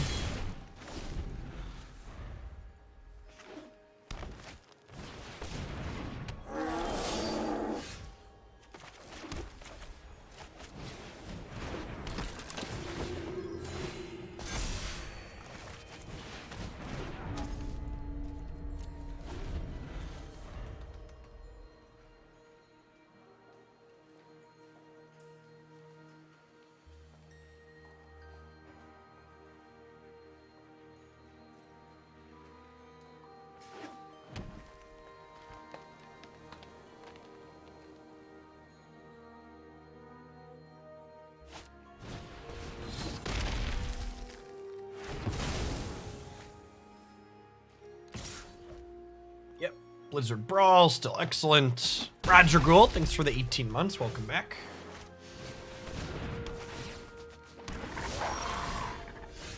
Why does that card give indestructible again? Asking the real questions. Chat, it's not fair to call Blizzard Brawl Doomblade. Doomblade costs 2 mana.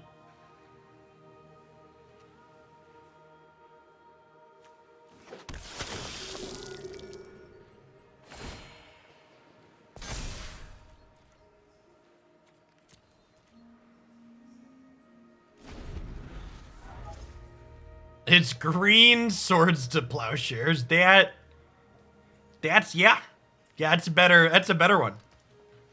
Ready to plow.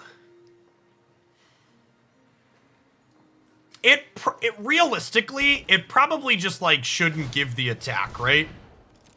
Like this card's super playable if it doesn't give the attack.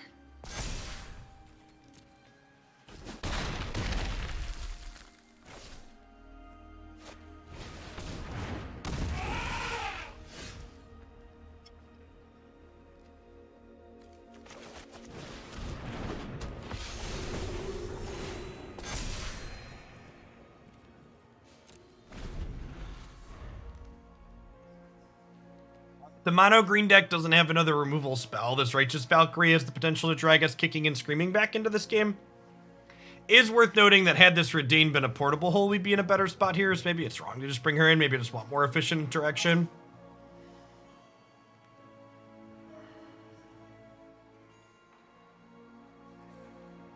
We have been bad at drawing lands.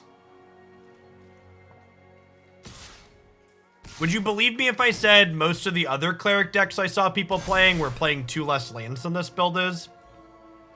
And they were playing 5 mana spells in most cases?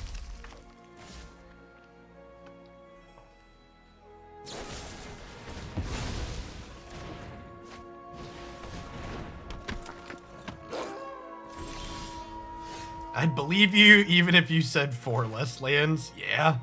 Mood.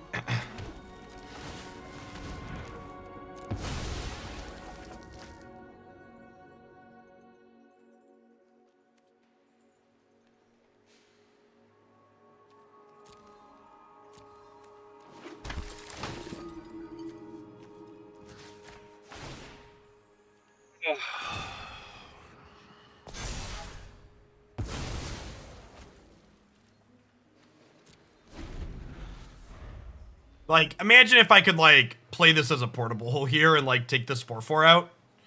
So just having an unused mana.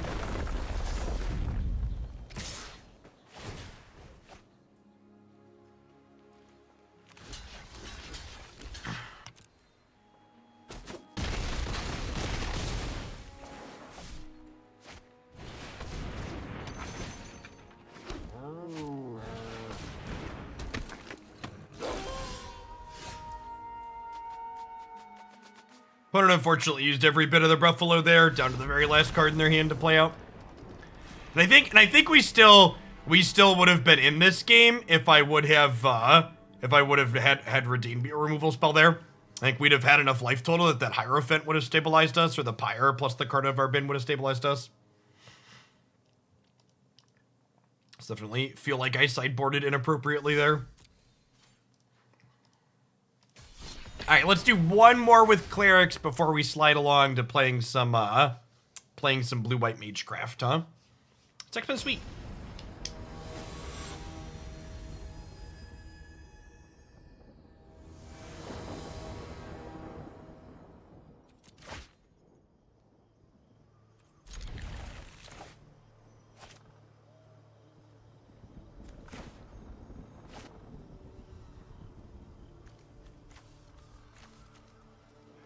I'm gonna play the Cave of the Frost Dragon on 1, because we'll draw a Plains or a Swamp on 2, so this could be untapped, chat. Right? Snarl's gonna enter untapped, I'm told. Hey, thanks for the 26 months of Prime ZYX. Good morning, good morning. Oh, man. What a kick in the dick. It's not a tapped land, right? I spent a rare wild card on this. Why is it tapped? Why is it tapped? Morning, Kowalski.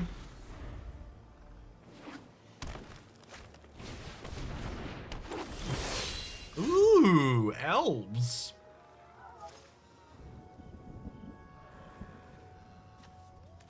Have a battle to see who's the superior tribe, chip.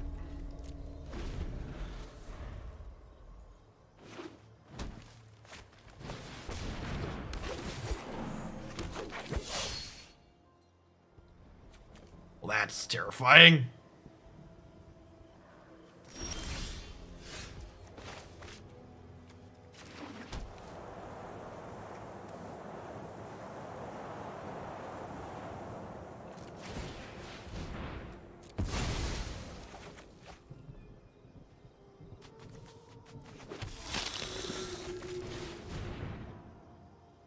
Snarl's in the conversation for the worst rare land cycle ever printed, almost assuredly.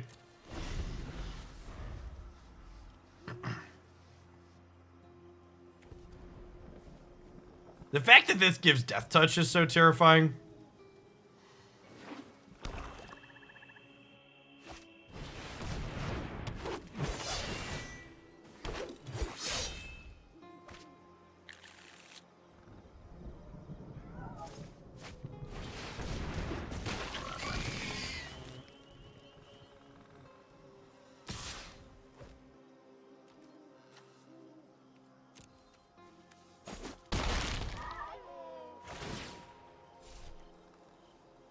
Ooh, Odyssey lands.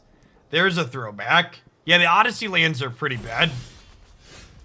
Those at least like, those are at least 21 years old, so like we kind of have an excuse for it.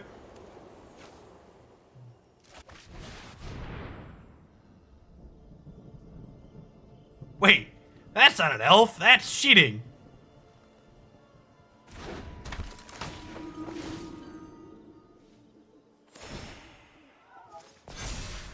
Does anybody know the name of an elf land? Asking the real questions.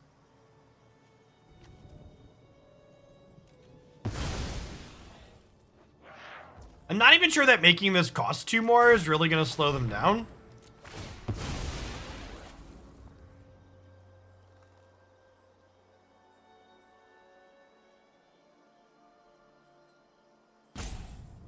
Thanks, Jub.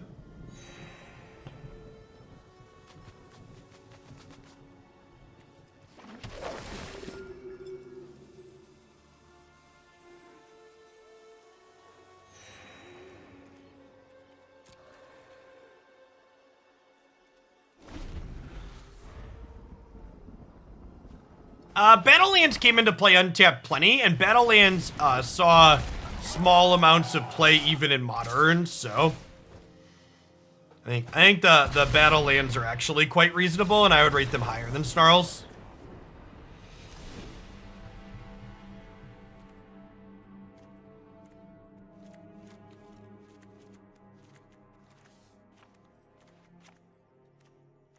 So fear and some spot removal spells.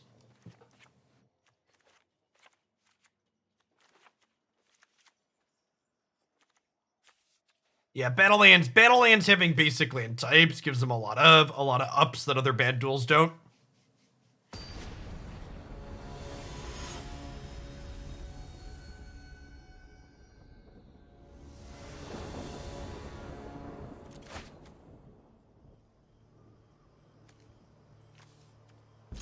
It's like Christmas, chat. It's like Christmas morning. Play my Snarl, show you a schwamp. Oh, and the hits keep coming, and they don't stop coming. Fed to the rules, and I hit the ground running. Those probably aren't even remotely close to the lyrics, but those are the words I hum to myself when the song comes on. You gotta live for fun, chat.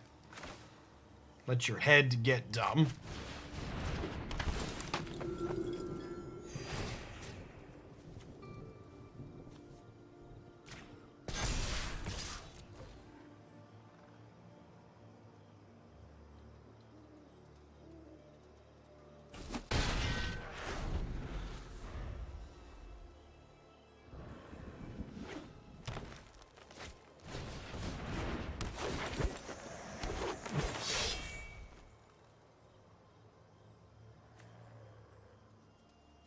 They be sculpting.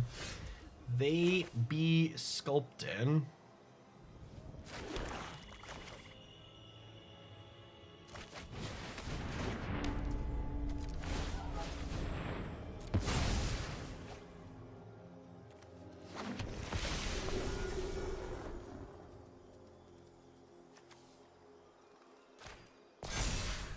I'm pretty down to trade this for their 2/2/2s, so smash.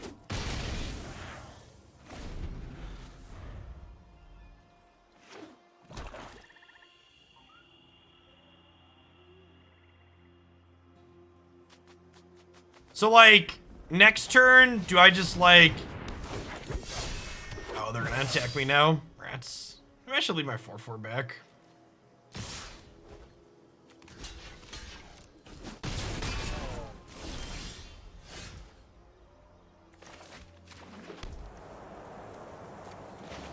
I was going to say I could just turn this into a Valkyrie and then crack them. Yeah, I think their block was mediocre, but I also think my attack was bad, so one bad play deserves another.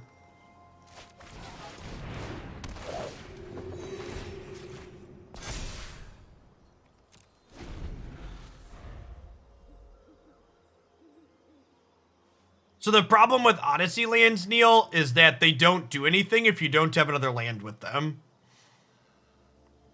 People that don't see why,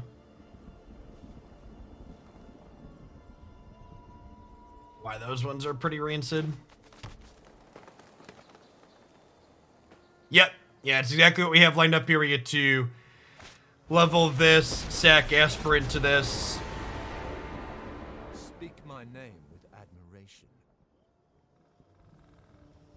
Saying they're okay is spoken like someone who's never looked at an opening hand with 3 of them. I believe we can Let me tell you about my friend Firelit Thicket and the Voice of Resurgence deck that I've played over the years with that card. You haven't known pain until you've looked at Razorverge Thicket, Firelit Thicket, Voice of Resurgence in your opener.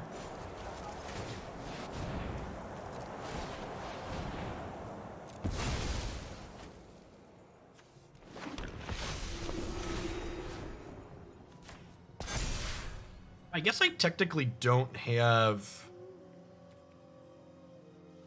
enough here yet, huh? I guess we'll send this here. I'm not that easily defeated.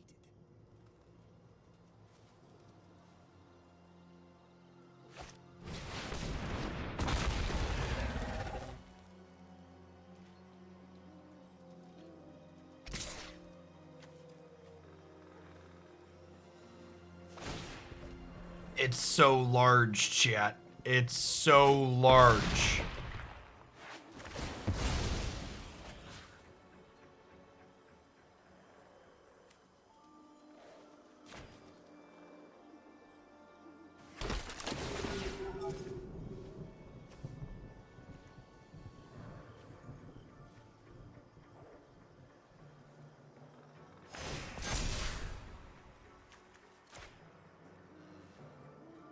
Oh my god, do I just trade?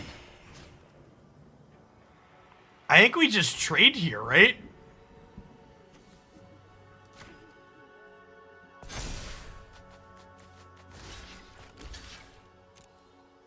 Then we get, yeah, we get Valk back?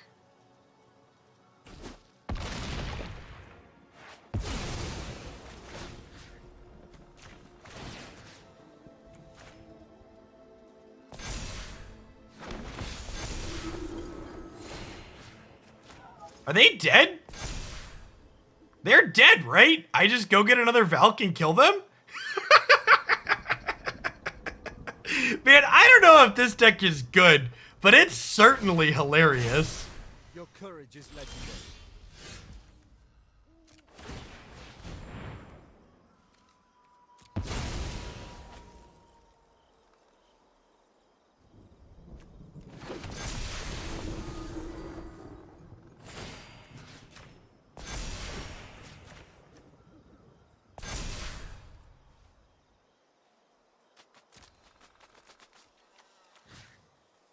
Yeah, their 10-10 attacked and fought my thing, and we gained life and had lethal on the backswing. Ooh. Oh, buddy, old pal.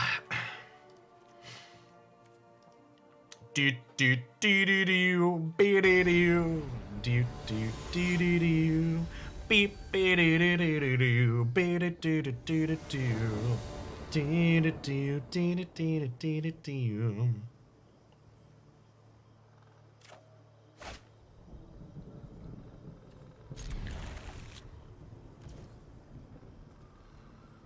Wait, did they just put me on the play? I accept.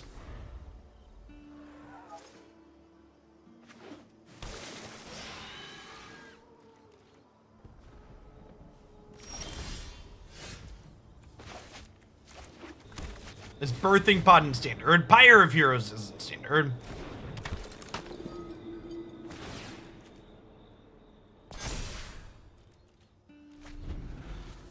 I do need to draw some lands here, to be fair.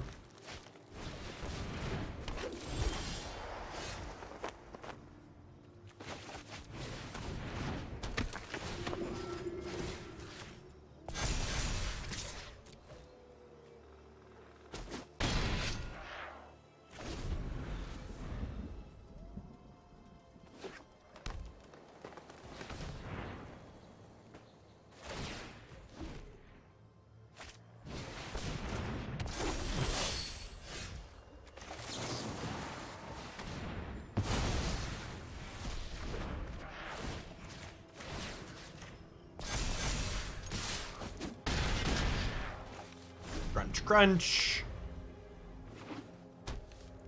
Yeah, that's what this deck is like. It's like we just have a bunch of copies of Valkyrie, and Valkyrie's very good. Can we just draw lands for the next 2 turns, please? Please? Please?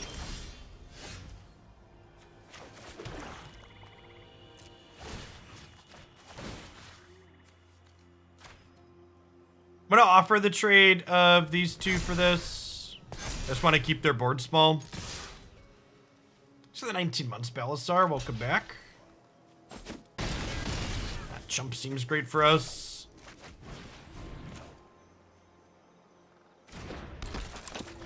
We should hold the swamp in case we draw Snarl next turn.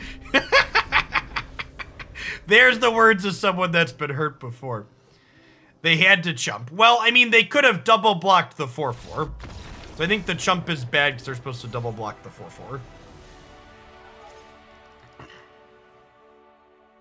You're right that they had to block, but the block that they took, I think, was wrong. What they really should have done was been on the play. That's also true. They definitely should not choose to be on the draw on the aggro here.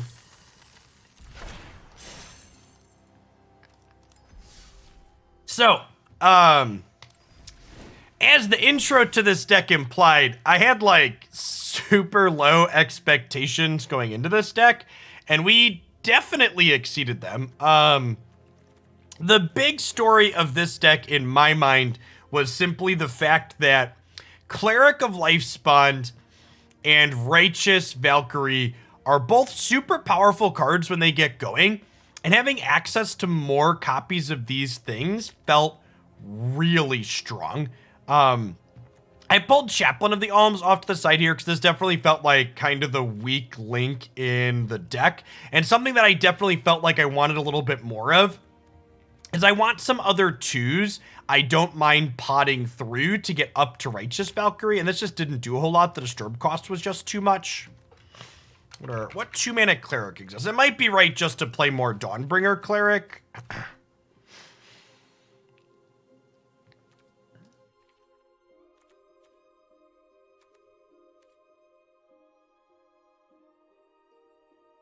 Thanks for the 22 months, Double-Edged. Oh, this is a Cleric. I don't hate this. You just like want something to pod through or let you don't mind sacrificing? Yeah, I think that's the pick. I basically never use this, and a lot of the sweepers are killing us. So honestly, I think I'm gonna get rid of this, and I'd go up to the second Dawnbringer in the main and just play like 2 and 2.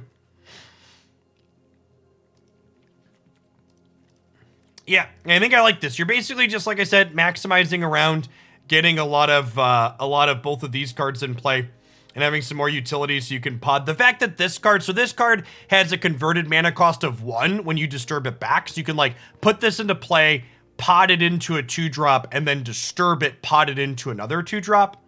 Yeah, I don't think the lesson card is okay. I don't think I want to gum up the sideboard with a bunch of lessons. If I was playing this deck in best of 1, I think Professor with lessons in the sideboard was good, but your sideboard slots are just pretty valuable, so I don't think it's worth giving those up in order to play a slightly better 2-drop. Both this and this kind of do what I'm looking for, and I think those are fine. People keep talking about Null Priest. Null Priest is just like a 2-1 with Lifelink and Menace that I just don't think is very great. Like, kicking it for 6 is so much mana, and like we have a bunch of creature lands that let us leverage our flood in the mid to late game. Honestly, there's probably a chance we have a touch too many creature lands, and maybe for the sake of making these snarls slightly less embarrassing, we should like cut down to just 4 creature lands in our 24 lands, so that way these are untapped more often. No, I want to have enough time to give Blue-White Magecraft a full set, so feel free to